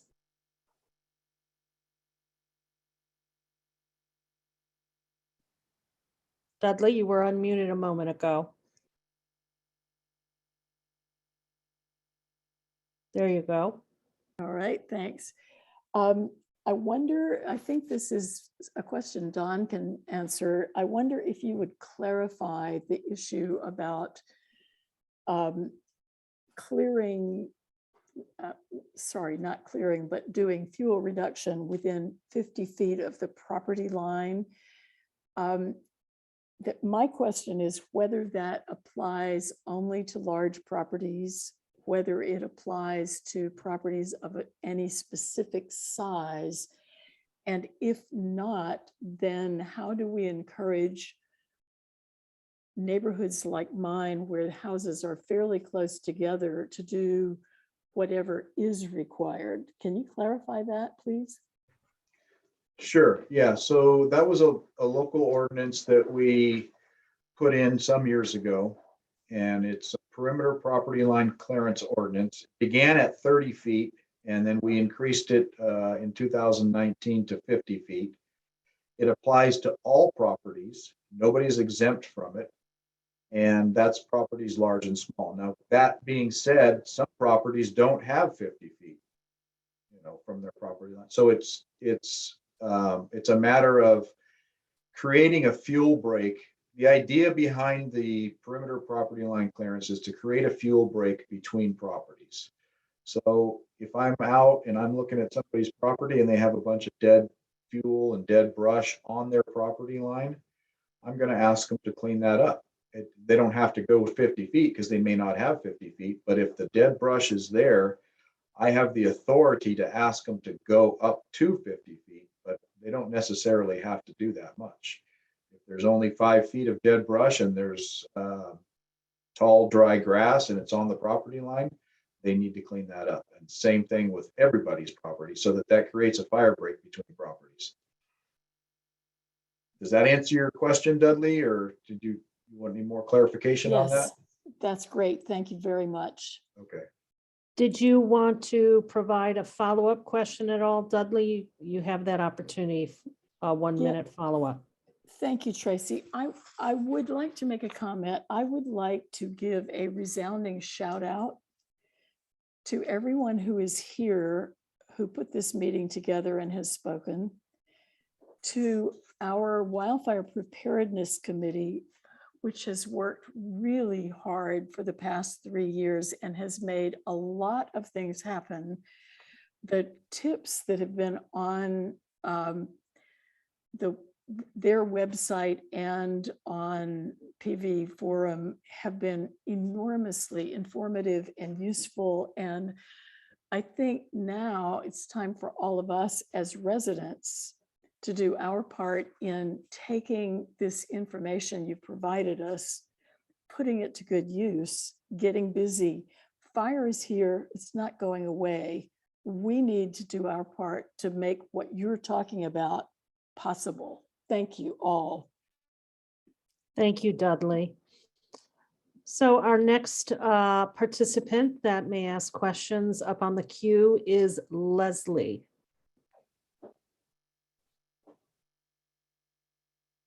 Leslie, please unmute. You have 3 minutes. Can you hear me? Yes, we can.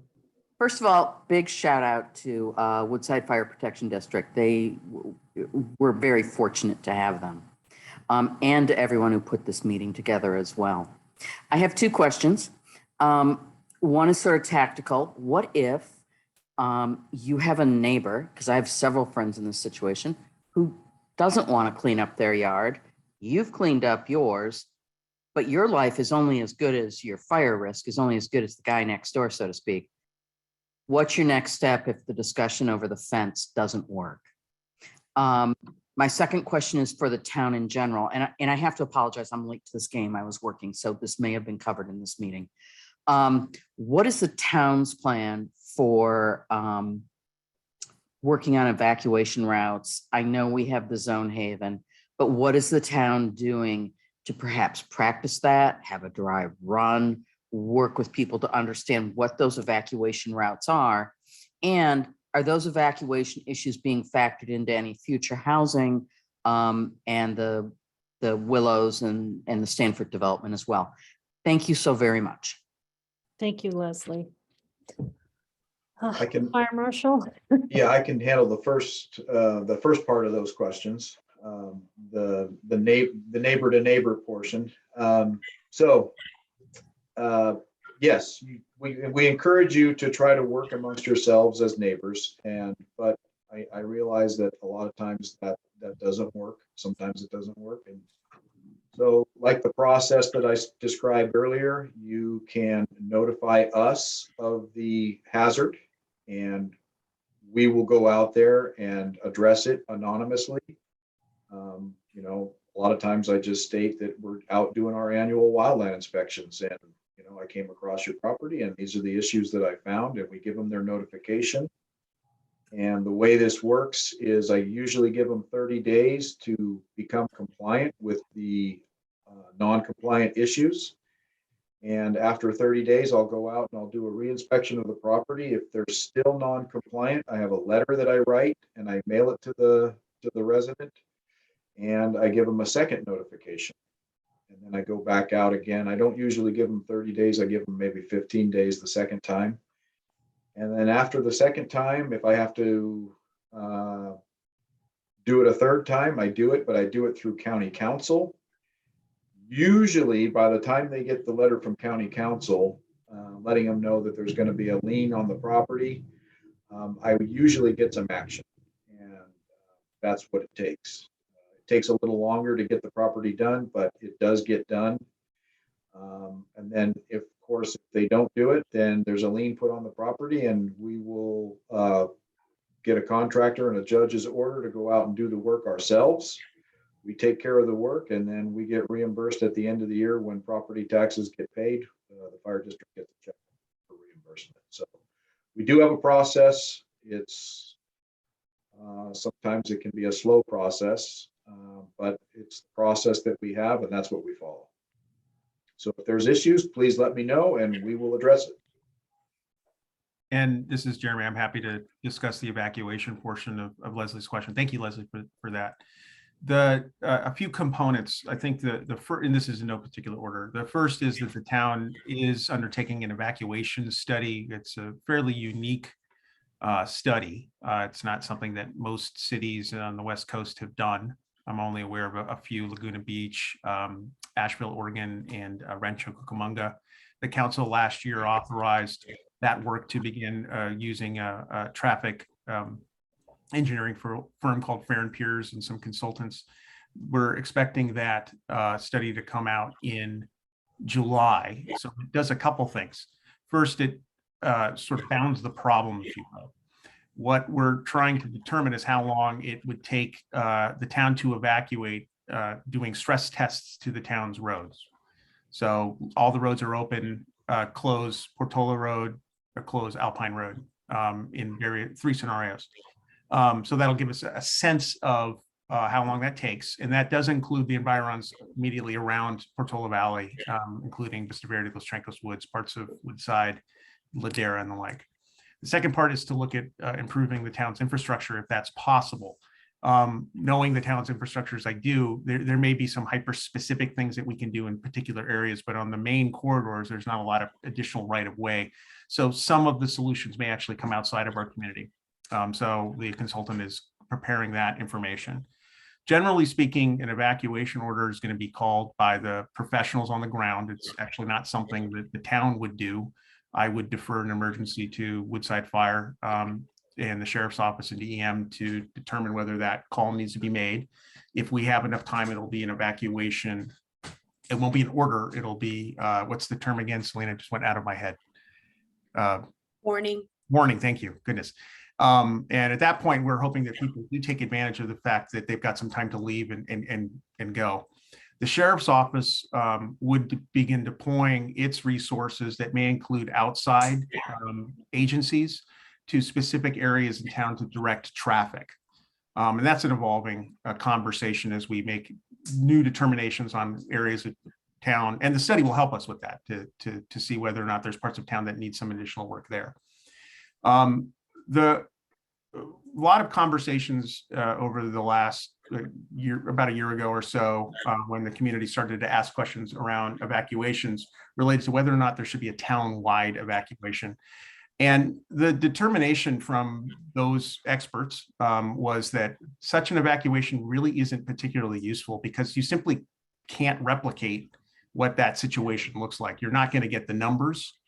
And people actually leave at different times depending on the evacuation. Not everyone leaves a second evacuation is called. There's actually different curves related to that depending on assumptions. So an overall evacuation drill is not as useful as it may sound. However, the district and the town have partnered in the past on neighborhood evacuation drills. And a lot of value comes in that, in having people go through the preparedness activity of it, the go bag and the like. I'll stop there. I don't know, Chief, if you've got anything additional you wanted to add to that portion of the conversation. No, thanks, Jeremy. It's a perfect segue. So Don, Matei, you can also weigh in on this. We're in communications right now with all the stakeholders, fire, law, the town, Department of Emergency Management on tabletop exercises as well as evacuation exercises. For those of you who've been involved in our meetings and our evacuation drills in the past, we ceased those and leading into 2020 because of the pandemic, but we're in communications now to ramp that back up for 2023, where we will be conducting that again. To what scale? We're basically going to be figuring that out during the process, and we'll let you know when that time frame comes, how big the event will be. And Don, I don't know if you want to branch off of that. I mean, I think you're right with that, Chief. It's like I said, it's a very complicated puzzle to put together. I mean, there's no, we can shut roads down, talk about that, but the actual testing it is very difficult, number one. The other part is getting the community ready for that. And the key is once you get the word, you need to leave. And the direction you need to leave in. There's a lot of parts that have to be going on. I think the group that we have now working on this will help us kind of define again what the city wants, what the community can handle too. You can clog roads up very easy, and we've had a lot of discussions on this. So it's a preparation thing. It's preparation for the community. No more than one way in your neighborhood, out of your neighborhood type of stuff too. But it's complicated. I wish I had the answer for it.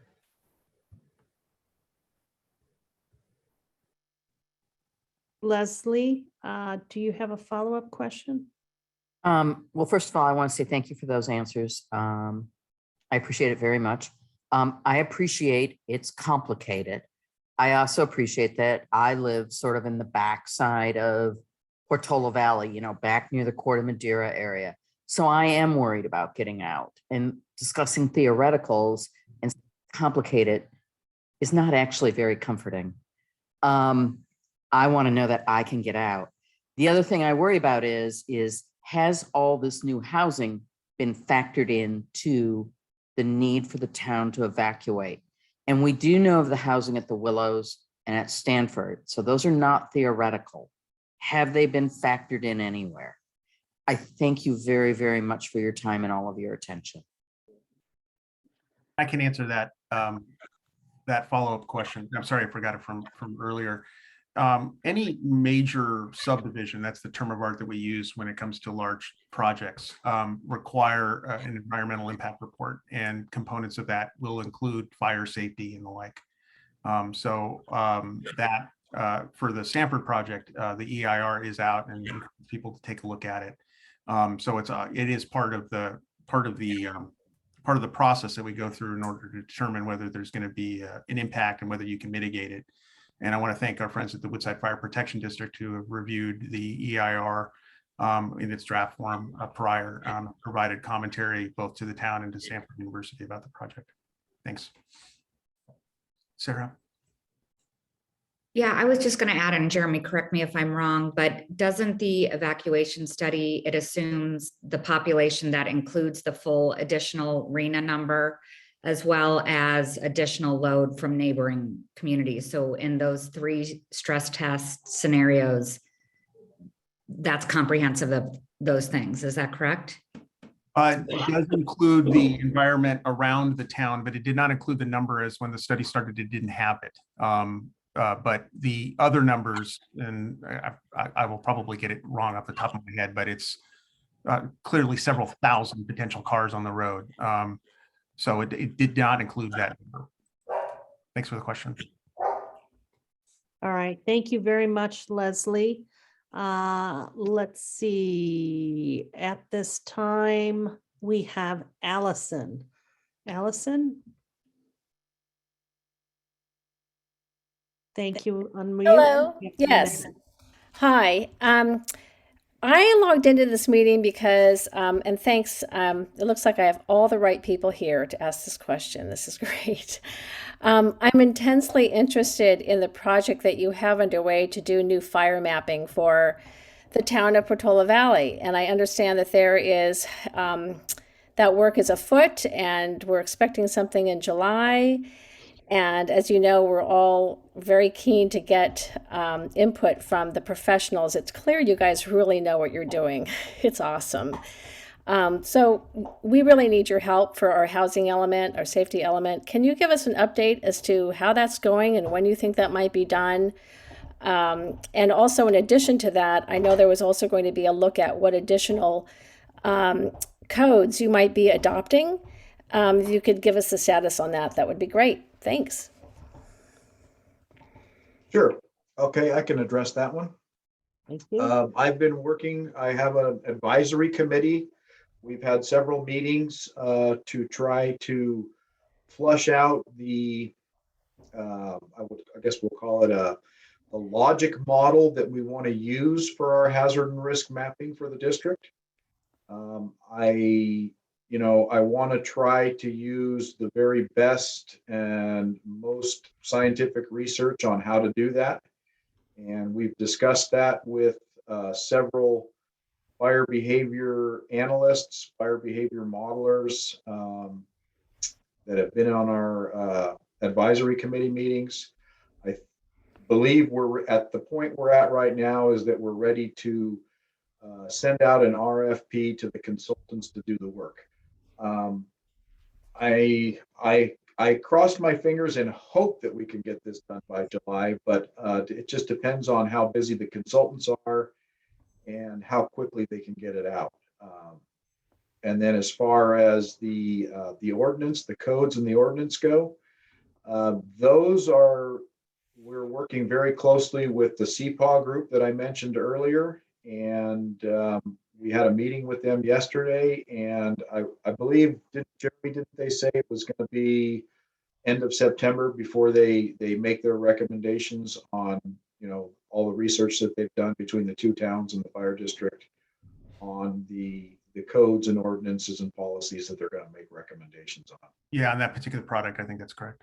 Yeah, so that won't be coming out until the end of September, but the goal is for our triennial update for our codes at the end of the year so that we can get that done by then. That's the goal, because that's when we would normally get those codes adopted and ratified and put into the codes. So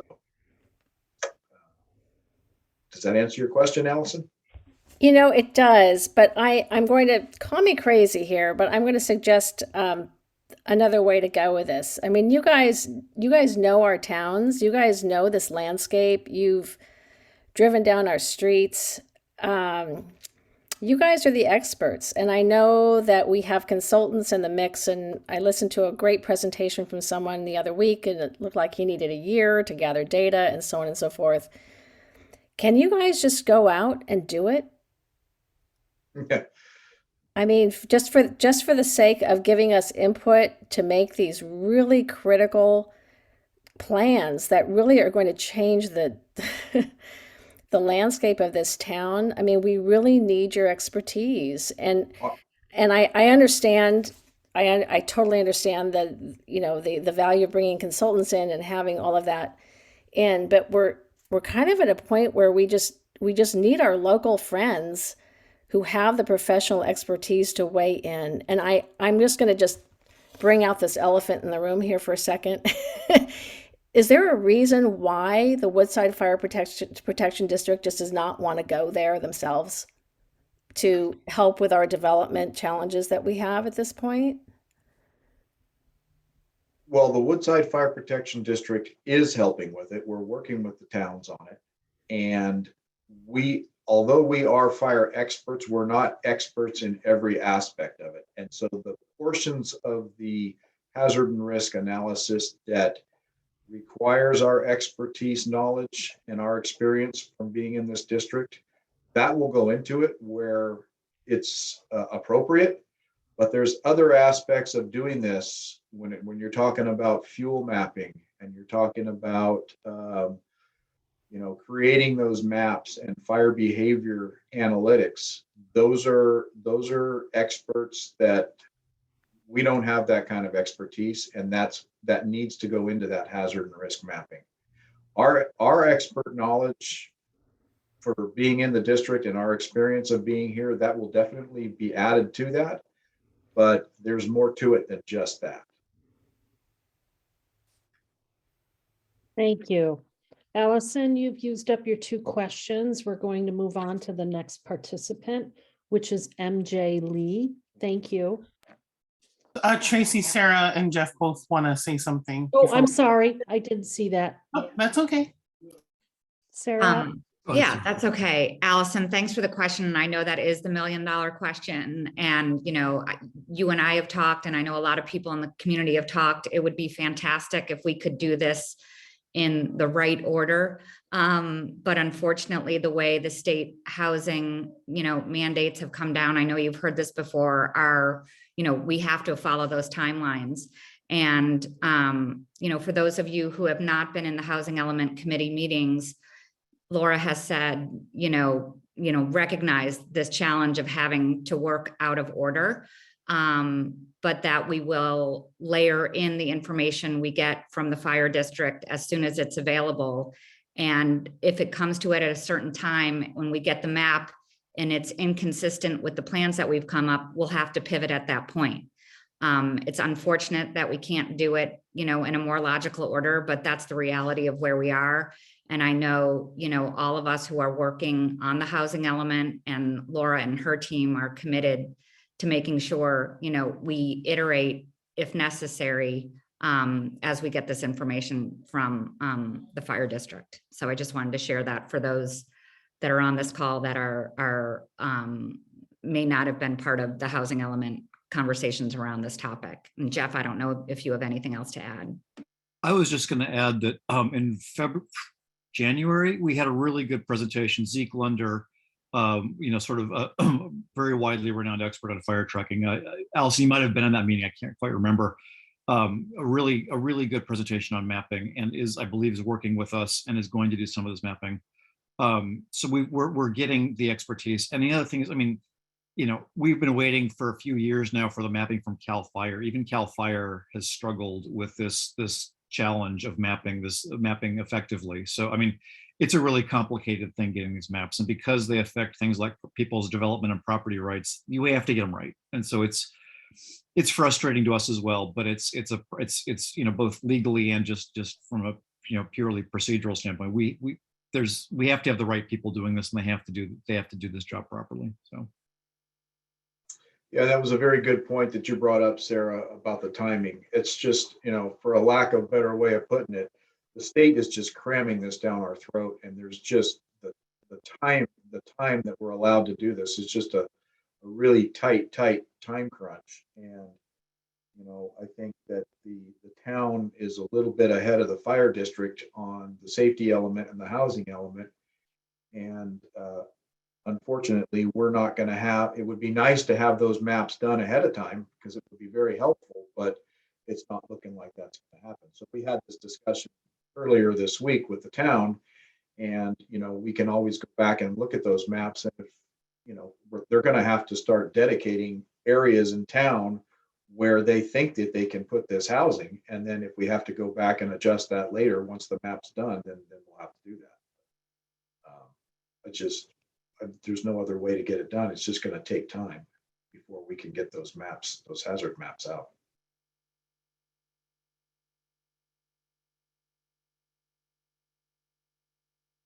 All right, thank you. MJ Lee, would you like Cara to? had her hand up. Oh, who did? Town Attorney Cara. Silver. On the panel. Oh, sorry, Cara, sorry. Problem. Yes, for those of you who don't know me, I'm the town attorney, and I've also been involved in the housing element update process. And as all of you know, as residents, Portola Valley is a very constrained town in terms of development. And so the housing element is not only factoring in the high fire hazard areas, but there are also significant development constraints such as geologic and landslide potential, slopes, earthquake, seismic, flooding. We have creeks in town. And then there's just lots of open space, park dedicated land. And so the process for designating sites is very, very constrained. And we have, you know, the best maps that we have been able to develop are going to be factored into the process. And we have also included the fire mapping that we do have to this date. And that will all be part of the process. And the any increased housing will, of course, take all of those constraints into account, not only just the fire constraints. Okay. MJ, I think we're clear to go this time. Oh, no problem. I didn't want to. We've got 3 minutes. Anyways. You've got 3 minutes.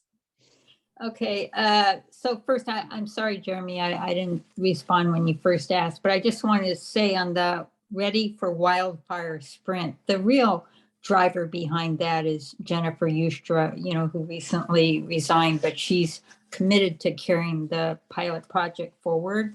And you know, that whole project really started with Jeff Alfs and Jennifer and I. So you know, I'm just so happy she's finishing it, and we hope that someone else will step in and carry it on to the next phase.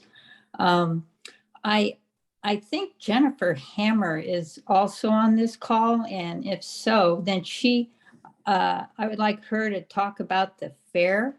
Ronnie mentioned that he had a question about home hardening, and we are going to have experts at the fair who can cover pretty much everything he wants to know. Hopefully he's still on this call, but anyways, I'll hang up now and let Jennifer Hammer give a pitch. That'll be your commercial for the night. Thank you, MJ. Jennifer, we'll bring you up on deck and we'll reset the clock for 3 minutes for you. You are next. Hi, can you hear me? Yes. And you have 3 minutes. Well, MJ and I would like to invite everyone to the Wildfire Preparedness Fair at the Town Center on Saturday, May 14th from 10 to 2. And we really have an amazing group of people that are going to attend. Of course, the fire district will be there and the emergency committee. But in addition, we're going to have contractors there talking about installing ember resistant vents, what to look for. We're going to have Brand Guard, who is a leading manufacturer of ember resistant vents. We're going to have Wave Guard and Ember Defense, the company there. And they represent so many products, and they also install vents. They'll come out, they'll do a variety of home hardening, fire assessments. We're going to have 4 different companies that offer wildfire suppression systems. We're going to have a gentleman with the Irish excavation company, and he's going to bring a vehicle designed to clear undergrowth, but it doesn't tear up the soil, and it mulches the debris. So we're just going to have every thing you need at this fair to not only do home hardening, but and then in addition, the conservation committee will be there, and we're going to have landscapers there.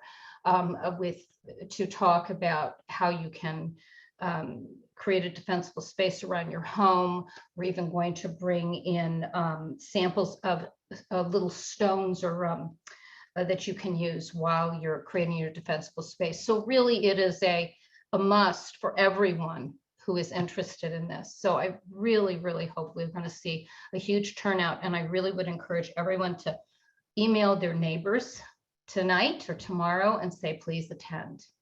Thank you. I'm going to interrupt and just say that is so awesome, you guys. I mean, the amount of work that's going into the event and how thorough and robust that is, it sounds amazing. And you've made so much progress in such a short time. So it's an incredible asset to the community that you guys are pulling this together. So thank you so very much. Thank you, Jennifer. I'd like to step in and thank you guys too for all the work you've put in, and just also mention the fair is happening on the 14th of May, as Jennifer said, and there's also a Wildfire Preparedness Committee meeting next week, this coming Tuesday at 4 p.m. And that's on the town calendar. So anybody who'd like to hear more about the fair will be being discussed during that meeting. So you'll have an opportunity to hear even more of a sales pitch. Thank you. So we had Dolores in the queue, but she had put her hand down. Dolores, if you'd like to come back, we'd be happy to invite you to ask your question. If not, are there any other individuals that like to raise their hand to ask a question of tonight's panel?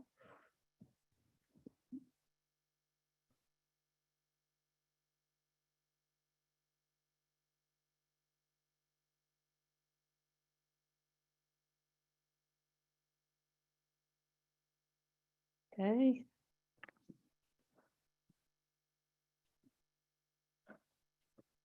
I believe Nan has raised her hand. Nan, if you'd like to come up, unmute, and we'll give you 3 minutes on the clock.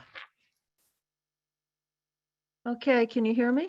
Yes, we can. Okay, great. Yeah, thank you so much for everyone who has participated in putting together this meeting. It's really been amazing, and I've learned so much, and very grateful for your time and your commitment here. I do have a question, and it's I'm a geologist and I'm concerned about earthquakes, and it's a question I keep asking, and it is, what do we do about either evacuation or staying in place if we have a wildfire that starts locally that follows a large earthquake, which is a very likely scenario. If the San Andreas goes again while we're here, we're likely to see fires starting. And in the worst case, it's during fire season and the fire spreads quickly, but there's time to work out a really good evacuation plan. So what is the plan for that scenario? Thank you, Nan. Someone from the panel?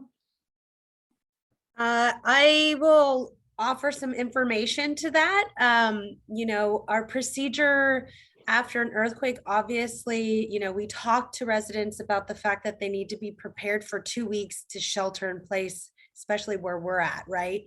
But when you add wildfire to that situation, then it turns into trying to evacuate, right? You try to do whatever you can to evacuate. Obviously, yes, roads could be down, trees could be blocking roads. I think this is a really important point in stressing how much you and your neighbors should be talking to each other and figuring out ways how you can help each other. In the past, when we've had trees go down in some residences or in some neighborhoods, a neighbor may have a chainsaw that could help break a tree up and move it out of the way to clear the roadway. It's all based on whatever the biggest threat is. And so if there's an earthquake, obviously we want you to check on yourself, check on your family and your neighbors and make sure everybody's okay. But then when you add wildfire to the mix, we absolutely want you to evacuate. And you have to also then stay very alert. And this also comes into play too, because communications may be down. So you having a very robust communication, maybe it's, you know, you're going to be boots to the ground, walking to your neighbors' houses, just trying to figure out, you know, who might have more information, who may be listening to an AM radio for information, such as if there is a wildfire. Just trying to stay alert and then get out any way possible. That's kind of what we would say at this point. Thank you, Selena. Nan, would you like to ask a 1-minute follow-up? I would. Thank you. Thank you so much, Selena, for answering that. That's a very pragmatic answer, and it's probably the only possibility in that situation. So it seems that if I'm sitting here and I don't have a clear view of the whole town, there's a fire starting, I may not know. Is there a fail-safe way of getting information out? Is it the AM radio, which isn't fail-safe, but cell towers are going to be down. Landlines are not going to be working. So what is, and the internet's down, no internet. Yeah, absolutely. You know, I always encourage people to get their ham operator license. We have a very huge population of ham operators, and they come in great use. Yes, tuning into the AM radio station, absolutely. You know, just having neighbors in different areas. If you're involved in CERT, which I didn't talk about tonight, but if you're involved in CERT, we do have radio systems for communication, but obviously we can't rely on communications. It's usually the first thing that goes out. So Nan, I would just highly suggest trying to stay as alert as possible. If you see or you smell smoke, just leave, especially, you know, after an earthquake, because you may not be able to figure out where it's coming from, what's going on, or communicate it to anybody. So just talking to your immediate neighbors and getting out of the area, I think would be most important. Okay, thank you so much. Yeah. Sorry. Thank you, Nan. Again, at this time, we have no one in the queue. If you would like to ask a question of the panel, please raise your hand and we'll invite you to step up to the virtual podium, as it were. Hey, Tracy, while you're waiting, if somebody's gonna be raising their hand, I can kind of elaborate a little bit more on this last group of questions. Jeremy as well can kind of chime in on this. The AM radio system in Portola Valley has been upgraded significantly. Members of the public, primarily in Portola Valley, but also Woodside as well, they've expanded the network of that radio coverage to cover the majority of our fire districts. So it's really been a lot of work has been put in, a lot of successful work has gone in. And, on a separate topic, we're always in communications with our stakeholders as well, with law, with DEM, et cetera.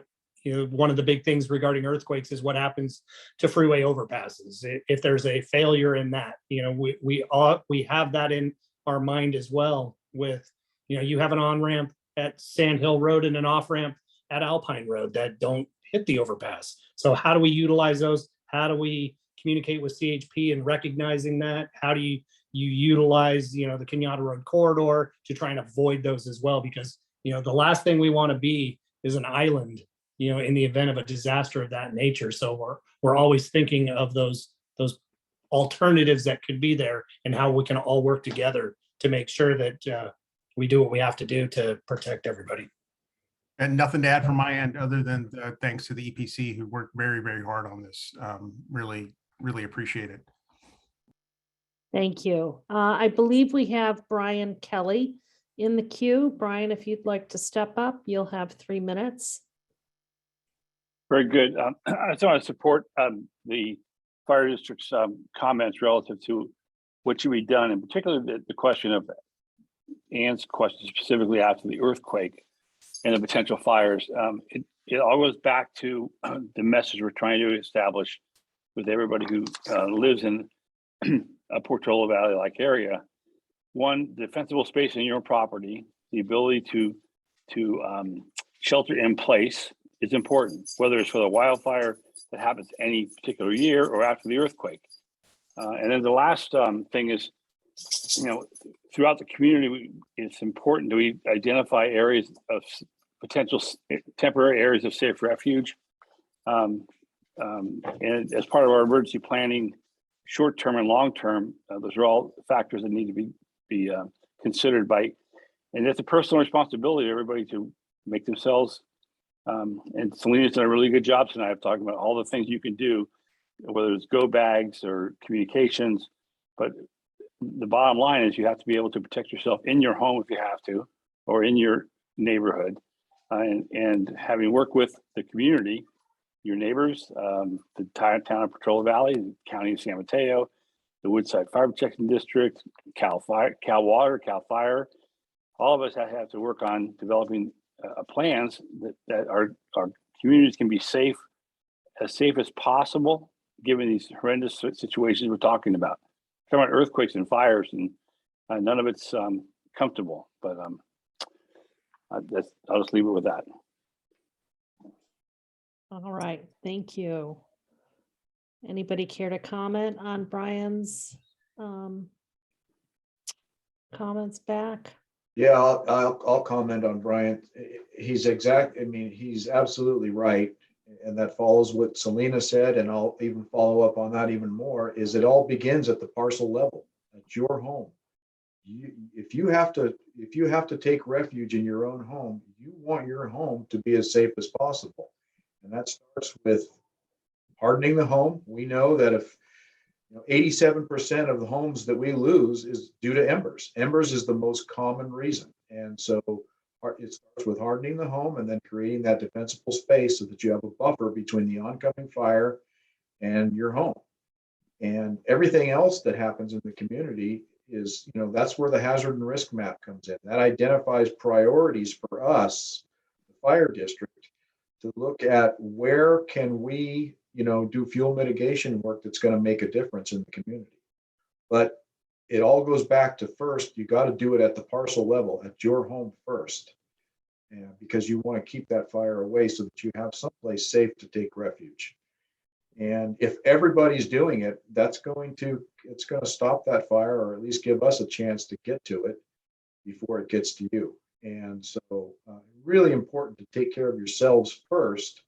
And then we'll look at the outside of the community, at the bigger areas. Let the fire district handle that. Let us get grants for that, figure out funding for that, because that's secondary to your own personal safety first. You got to take care of yourselves first. Yeah. All right, thank you. Are there any other questions from participants at this time?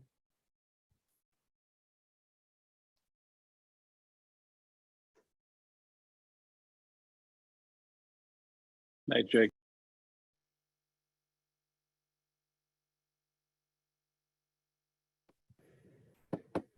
All right. Any other questions from participants? Please raise your hand. Panelists, would you like to add any other additional thoughts? As it seems as though we have no other questions from those remaining on the call. Tracy, with your permission, I think we can turn it back over to the mayor. All right, with my permission, Mayor, please bring us home. Well, I'd like to thank everybody who's made the time tonight to come and participate in this meeting. Both the panelists, I thank you all both for being here tonight and for all the work that you've done to support what you came here tonight to talk about, which is what's really important, communicating that out to the public. Hopefully this was a step on that path, and there'll be a lot more of that in the past and in the future. But thank you for taking the time to have this ability for people to ask questions and to present the work you've been doing.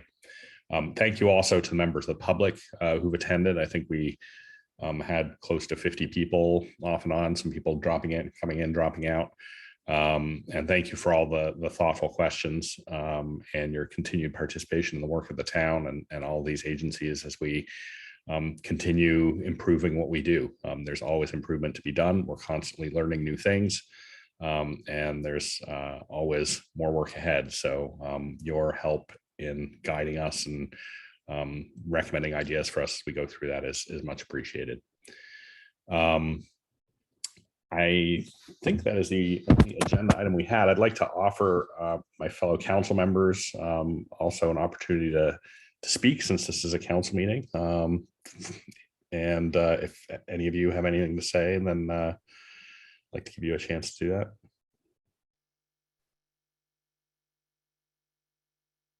Jeff, go ahead. Yeah, thanks. I will thank staff for organizing this, along with the fire district and our partners at DEM and the Pcrc. And thanks to everyone who's attending. As everyone said, the town, the fire district, law enforcement, and the county play important roles, but we all have an important role to play with our own properties. So thank you for your interest, and let us know if you have questions or if there's anything else we can do to help you on your own properties. Thank you. Thanks, Jeff. No, not seeing anything from Sarah or Barry yet. So I would just be echoing Jeff's comments. I know everybody on this Zoom has families and personal lives, and the fact that you're taking your time out of your evening tonight is very meaningful. And so just thank you very much. Thanks.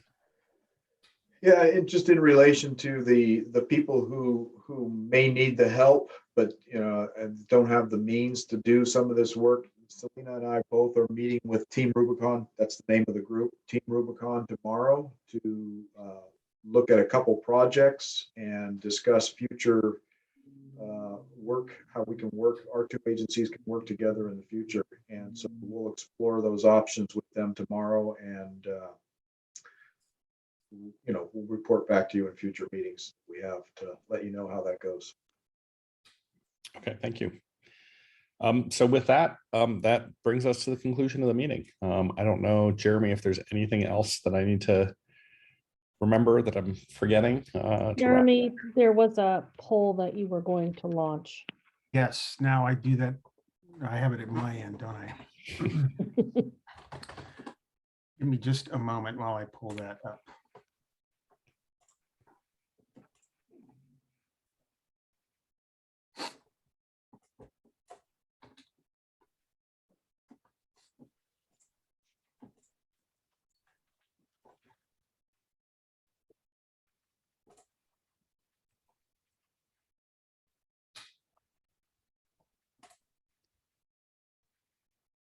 And of course, it's completely disappeared on my end. We were just hoping to get a little bit of demographic information just from residents. We were curious just about what parts of town you were in, but since it seems to have disappeared, I think we'll skip that portion of the meeting and we can move to adjournment with your permission, Mr. Mayor. Okay, then I would move to adjourn the meeting unless anybody has any objection. Nope. Okay, well, thank you all again, and we'll see you as we continue this work. Good night. Good night, everyone. Thank you. Have a good night. Good night, everyone.